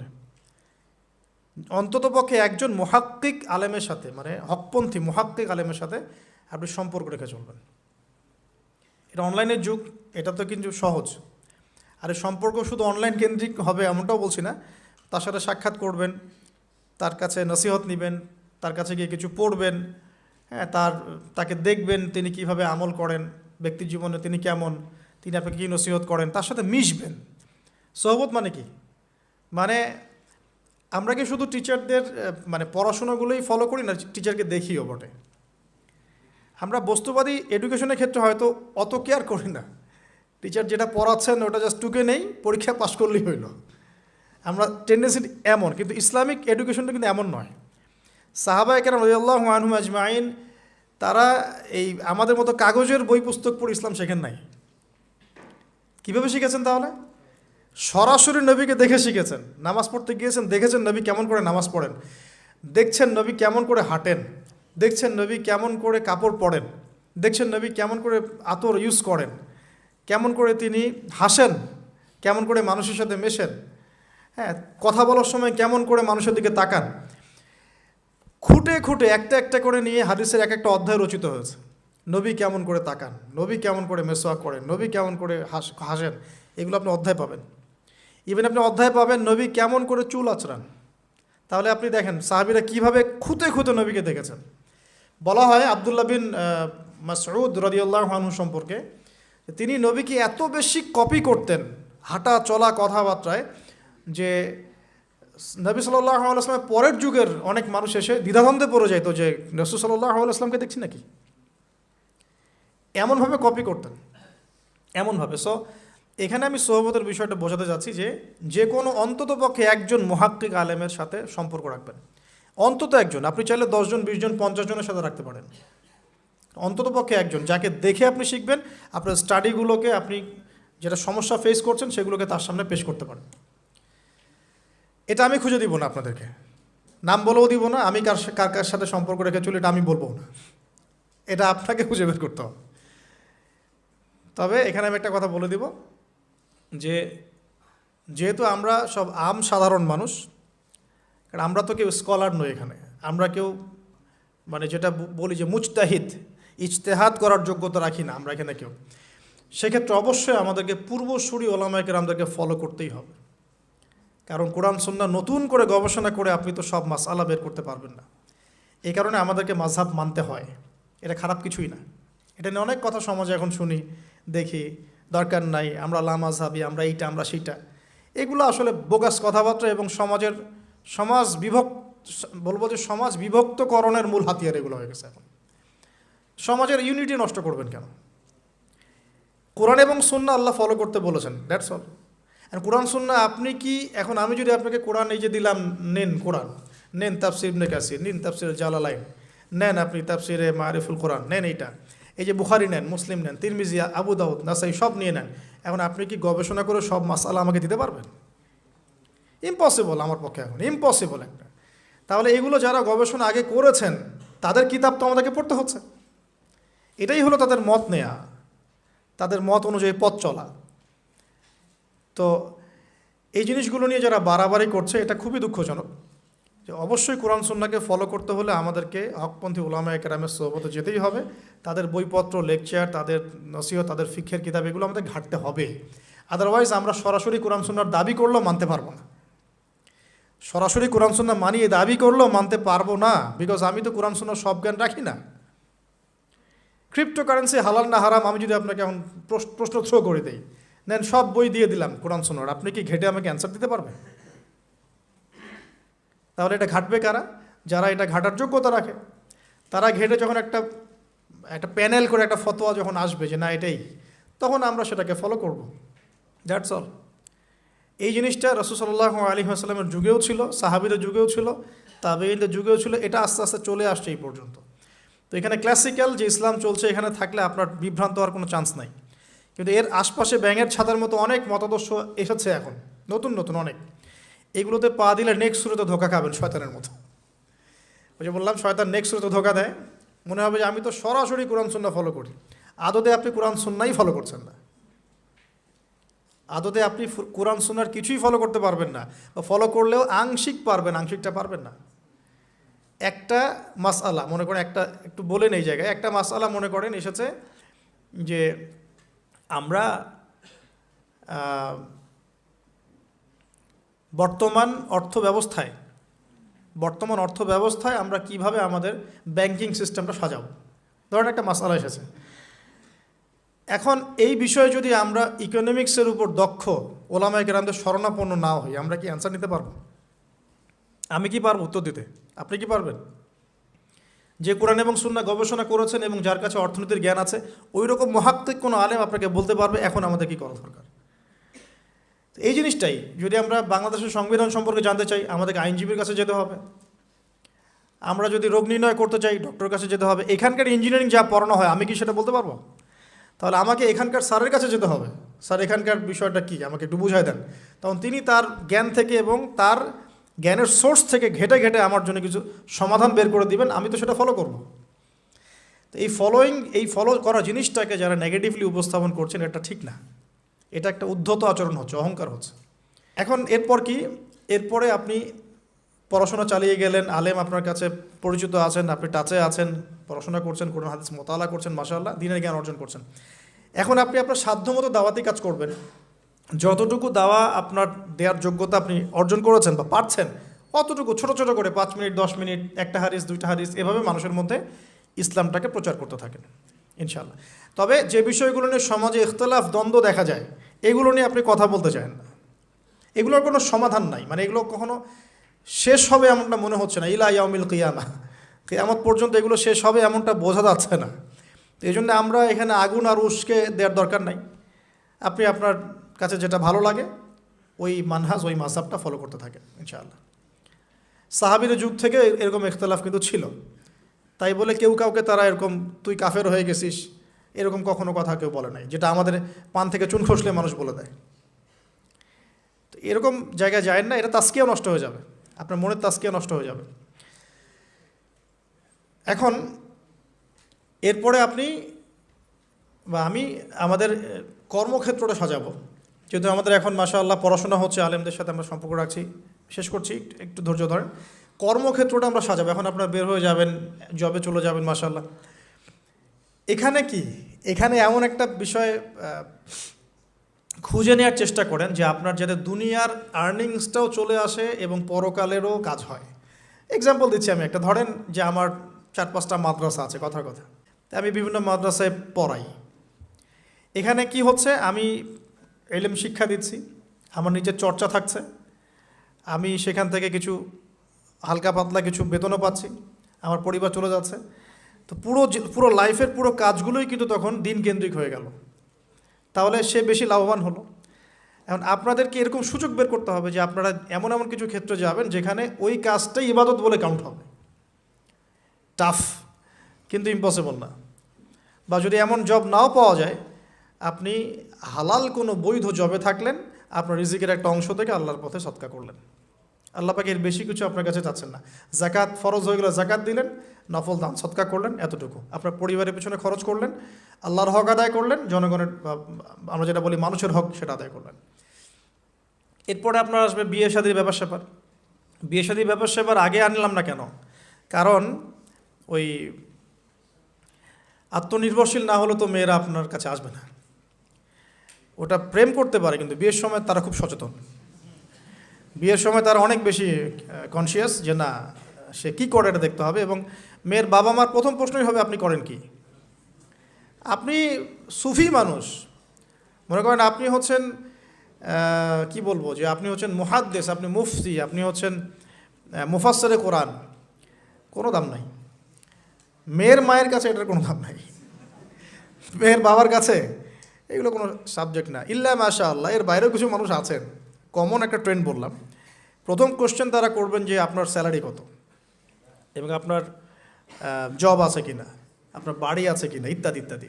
এই জন্যই বললাম যে আগে আর্নিং সোর্সটা নিশ্চিত করে তারপরে এদিকে যান, তাহলে সম্মানটা বজায় থাকবে। আত্মসম্মান ছেলেদের একবার নষ্ট হয়ে গেলে তার ফিরে আসে না। আমরা যখন নিচের হাত হই তখন আমাদের আত্মসম্মান বলে কিছু থাকে না। আপনার আর্নিং যদি মাসে 50,000 1 লাখ টাকাও হয়, এই টাকাগুলো কিন্তু খুব বেশি বড় না এখন, কারণ এখন 1 লাখ টাকার মানে 1 লাখ টাকা নাই, এখন ওটা 50,000 চলে আসছে। আস্তে আস্তে হয়তো আরও কমবে। যারা এগুলো বোঝেন না তারা অযথাই সমালোচনা করেন, কিন্তু আসলে ব্যাপারটা এরকমই হচ্ছে। আমি তাদের হেদায়েতের জন্য দোয়া করি। এখন এইটুকু আর্নিং যদি আপনার হয়, কিন্তু এই আর্নিংয়ে আপনার কারো কাছে হাত পাততে হচ্ছে না, আপনার সম্মান বজায় থাকবে। যখনই আমাদেরকে হাত পাততে হবে আমাদের সম্মানটা কমে যায়। আর যদি কেউ ভুল করে ঘর জামাই হন তাহলে তো অবস্থা খারাপ, ঠিক আছে? তো এই জন্যে আয়ের একটা অংশ নিশ্চিত করতে হবে। এই জন্য একটু সবর করেন। এই সবরের সময়টা কি করবেন? বেশি বেশি ফোন চালাবেন, তাহলে সবর করতে পারবেন না। এই সবরের সময়টুকু মোতাআলা করবেন, পড়াশোনা করবেন, সম রাখবেন, আপনার রোজা রাখবেন, ভালো কাজে ব্যস্ত থাকবেন, ইনশাআল্লাহ প্রবৃত্তি নিয়ন্ত্রণে থাকবে। আর যদি আপনার বিকল্প অপশন থাকে, কৃষি অপশন থাকে, কৃষিকাজের সুযোগ আছে, ব্যবসার সুযোগ আছে, বা আপনার পৈতৃক সম্পত্তি আছে, সেক্ষেত্রে আপনি আগে বিয়ে করে রাখতে পারেন, কোনো সমস্যা নেই। এটা ডিফার করে মানুষের মধ্যে। আল্লাহ পাক আমাদের সবাইকে হালাল রিজিকের ব্যবস্থা করুন, দোয়া করি। রিজিকের এই অংশটুকুর মধ্যে একটা অংশ আল্লাহর জন্য রাখবেন। রিজিকের অংশের একটা অংশ আল্লাহর জন্যে, আর বাকি একটা অংশ পরিবারের জন্যে, একটা অংশ নিজের জন্যে, একটা অংশ বই কেনার জন্যে। এভাবে স্যালারিকে ভাগ করবেন। এই ফেমাস হওয়ার আগে তো অনেক মানে খ্যাতির বিড়ম্বনাও আছে। এর আগ পর্যন্ত আমি বই কেনার জন্য একটা একটা করে অংশ জমাতাম। অনেক সময় এমন হয়েছে যে একটা জায়গায় যেতে হবে, ভাড়াটাকে সেভ করেছি বই কেনার জন্য, হেঁটে হেঁটে গিয়েছি। বই আমাকে কেউ কিনে দেয়নি কখনো, এভাবেই কিনতে হয়েছে। এখন আলহামদুলিল্লাহ বাংলা বাজারে একবার ঘুরলেই হয়, মিনিমাম 40-50 হাজার টাকার বই হাদিয়ে পাওয়া যায়। লাস্ট টাইম আমি হাদিয়ে পেয়েছি 350টা বই। এই যেবার আসলাম এই কয়দিন আগে 350টা বই। বইয়ের প্রতি মহব্বত থাকলে আল্লাহ আপনাকে অনেক বই দিবেন। আমি যে বললাম না, হকপন্থী ওলামা কেরামের সোহবতে থাকেন, আমি একজন আলেমকে দেখেছি সারাদিনই বই পড়ে, খালি বই পড়ে আর বই পড়ে। আর একটু পরপর খালি বলে লা ইলাহা ইল্লাল্লাহ, একটু পরপর খালি বলে লা ইলাহা ইল্লাল্লাহ। কথা বলেন মনে হচ্ছে যে মানে মুক্তা ঝরছে আর কি, এত গভীর কথা বলেন যেটা বুঝতে হলে অনেক জ্ঞানের প্রয়োজন হয়। যেই আসছেন তাকে সময় দিচ্ছেন, হাসছেন, হাসি মুখে কথা বলছেন। গায়ের জামা গেট আপ দেখে মনে হচ্ছে মসজিদে ঝাড়ু দেয় খাদেম আছে না, মনে হচ্ছে খাদেম। কেউ বিশ্বাসই করতে পারবে না যে ইনি হচ্ছেন বাংলাদেশের 1 নাম্বার মুহাদ্দিস। চেহারা দেখে বিশ্বাসই করতে পারবেন না আপনি। এরকমও মানুষ বাংলাদেশের মাটিতে আছেন। বইয়ের প্রতি মহব্বত রাখেন, আল্লাহ পাক আপনাকে দেখবেন অনেক বই জ্ঞান দিবে ইনশাআল্লাহ। অনেক মানুষ গায়ের জামা বিক্রি করে বই কিনতো সলফে সালেহিনের মধ্যে, এগুলোর দলিল আছে কিন্তু। তো বইয়ের জন্য একটা অংশ, আপনার আল্লাহর জন্য একটা অংশ, পরিবারের জন্য একটা অংশ। এই বিষয়গুলো শেষ করার পর দাওয়াতি কাজ বেগবান হবে এবং আলেম ওলামা সবরের সাথে ইউনাইটেড থাকবেন। ইউনাইটেড এটা কেমন? এই যে একটা আপনার অ্যাসোসিয়েশন করেছেন, আমি খুব অ্যাপ্রিসিয়েট করি এগুলো কাজ, কারণ এগুলো করতে হলে অনেক জাজবা লাগে, ত্যাগ লাগে, শ্রম লাগে, এবং এগুলো সমাজ পরিবর্তনের জন্য কাজ করে। তো এরকম ছোট ছোট নন পলিটিক্যাল, নন প্রফিটেবল, কারণ আমি এই পলিটিক্সটা পছন্দ করি না। অনেকে যদিও বা দাড়ি টুপি নিয়ে ভোট চাচ্ছেন এখন, তো যাই হোক, সমর্থন আপনি করতেই পারেন যে কাউকে, বাট এখানে এমন কিছু বিষয় আছে যেটা ভালোকে ভালো থাকতে দেয় না। এটা ভালোকে ভালো থাকতে দিবে না, এমন একটা অবস্থায় নিয়ে যাবে যে ভালো আর ভালো থাকতে পারবেন না আপনি, আপনাকেও খারাপ হয়ে যেতে হবে। আল্লাহ না করুক, হেফাজত করুক। তবে নিঃসন্দেহে যদি এখানে আমাদের ঊর্ধ্বতন কর্তৃপক্ষের মধ্যে এমন কেউ আসেন যারা ইসলাম প্রিয়, ইসলামকে ভালোবাসেন, আমরা তার জন্য দোয়া করবো অবশ্যই ইনশাআল্লাহ, কোনো সমস্যা নেই। তো এই সময়গুলো এখানে অপচয় না করে দিনই পড়াশোনায় দেন, আল্লাহ পাক তৌফিক দান করে। এরকম নন পলিটিক্যাল, নন প্রফিটেবল কিছু অ্যাসোসিয়েশনের মধ্য দিয়ে আপনারা ইউনাইটেড থাকতে পারেন, বা ইসলামের যেটা রিনাউন্ড প্রতিষ্ঠিত যে প্ল্যাটফর্মগুলো আছে এখানেও থেকেও আপনারা একত্রিত থাকতে পারেন। মানে ইউনাইটেড থাকাটা একটা চ্যালেঞ্জ। একা একা থাকলে আপনাকে কিন্তু মানে খেয়ে ফেলে দিবে আর কি শয়তান। একে অপরের টাচে থাকা, দিনী ভাইদের টাচে থাকা, দিনী বোনরা একে অপরের সাথে টাচে থাকা, একটা কমিউনিটি বেস করা। আর আমাদের তো আর ইউনাইটেড কমিউনিটি নাই সারা দেশে, যে ইউনাইটেড মুসলিম কমিউনিটি এমন তো নাই। ইনশাআল্লাহ আল্লাহ চায় তো হবে কোনো না কোনো দিন ইনশাআল্লাহ। তো যে কোনো ফাউন্ডেশন বা যে কোনো ইসলামিক অ্যাসোসিয়েশন বা যে কোনো একটা ভালো নন পলিটিক্যাল সমাজ কল্যাণমূলক কোনো সংস্থার সাথে থাকলেও আপনি মোটামুটিভাবে একত্রিত থাকলেন। এভাবে দিনের দাওয়াতের মধ্য দিয়ে, ইলম চর্চার মধ্য দিয়ে, আলেম ওলামার সোহবতের মধ্য দিয়ে, আর বেশি বেশি পড়াশোনার মধ্য দিয়ে এবং নিজের আমলকে গড়ার মধ্য দিয়ে, হালাল রিজিকের মধ্য দিয়ে, আদর্শ পরিবারের মধ্য দিয়ে পসিবল নবী সাল্লাল্লাহু আলাইহি ওয়াসাল্লাম যে 23 বছরের সমাজ বিপ্লবটা করেছেন সেটার কিঞ্চিত রূপ বাস্তবায়ন করা, কিঞ্চিত রূপ হলেও বাস্তবায়ন করা এখন পসিবল বলে আমি মনে করি। আল্লাহ পাক তৌফিক দান করুন। তবে পুরোপুরি কখন হবে ইনশাল্লাহ? যখন উপর থেকে এমন কোনো নেতা আসবেন যে হবেন মাহদি, যিনি সমস্ত ছোট ছোট প্রচেষ্টাগুলোকে ঐক্যবদ্ধ করবেন, তখন হবে আসল খেলা হবে তখন আর কি। ঠিক আছে, তখন হবে কি আসল খেলা। তবে আমরা দোয়া করি আল্লাহ পাক এমন কোনো মানুষকে যেন নিয়ে আসেন ইনশাআল্লাহ। এটাও হবেই, একদিন না একদিন কিন্তু হবেই, এটাই বাস্তবতা, কোরআন হাদিস এটাই বলছে। সে কে, কারা, কখন, কোথা থেকে আমরা এটা বলতে পারি না, জানি না। কিন্তু আপাতত আমরা এভাবেই চেষ্টা চালিয়ে যেতে থাকি। ব্যক্তিকেন্দ্রিক আত্মোন্নয়ন, পড়াশোনা করা, আদর্শ পরিবার, আপনার আলেম ওলামার সোহবত, হ্যাঁ, ভালো কাজের আদেশ, অসৎ কাজের নিষেধ, তারপরে হালাল বিয়ে করা, হারাম না, আদর্শ পরিবার গড়া, সন্তানদেরকে মানুষ করা, এটা একটা পয়েন্ট ছিল, সন্তানদেরকে মানুষ করা, এবং দিনী ভাইরা, দিনী বোনরা একে অপরের টাচে থাকা, সোশ্যাল ওয়ার্ক করতে থাকা ইনশাআল্লাহ তাআলা। এভাবে আমরা আগাতে থাকি, বাকি বিষয়গুলো আল্লাহ পাকের হাতে ছেড়ে দিই, আল্লাহ পাক দেখবেন ইনশাআল্লাহ। আল্লাহ রাব্বুল আলামিন আমাদের তরুণ সমাজকে কবুল করুন, দোয়া করি আমিন। আল্লাহ পাক আমাদের যুবক ভাইদেরকে হেদায়েত দান করুন, যুবতী বোনদেরকে হেদায়েত দান করুন। আমাদের সবাইকে আল্লাহ পাক প্রচুর ইলম অর্জন করার তৌফিক দান করুন, বেশি বেশি বই পড়ার তৌফিক দেখ, বেশি বেশি কোরআন হাদিস চর্চা করার তৌফিক আল্লাহ পাক দান করুন, এবং আমাদেরকে সবাইকে সফল কেরিয়ার গড়ার তৌফিক দান করুন, এবং হালাল জবের ব্যবস্থা করে দিন, এবং টাইম ম্যানেজমেন্ট ঠিক করার তৌফিক দান করুন, জীবনের গোল ফিক্স করার তৌফিক দান করুন, দিনের খেদমত করার তৌফিক দান করুন। আমিন। আকুলু কওলি হাযা আস্তাগফিরুল্লাহ লি ওয়া লাকুম ওয়া লিসাইরিল মুসলিমিন। বারাকাল্লাহু লানা ওয়া লাকুম বিল আয়াতিল হাকীম। ইন্নাহু তাআলা জাওয়াদুন কারীম ওয়া রাউফুর রহিম।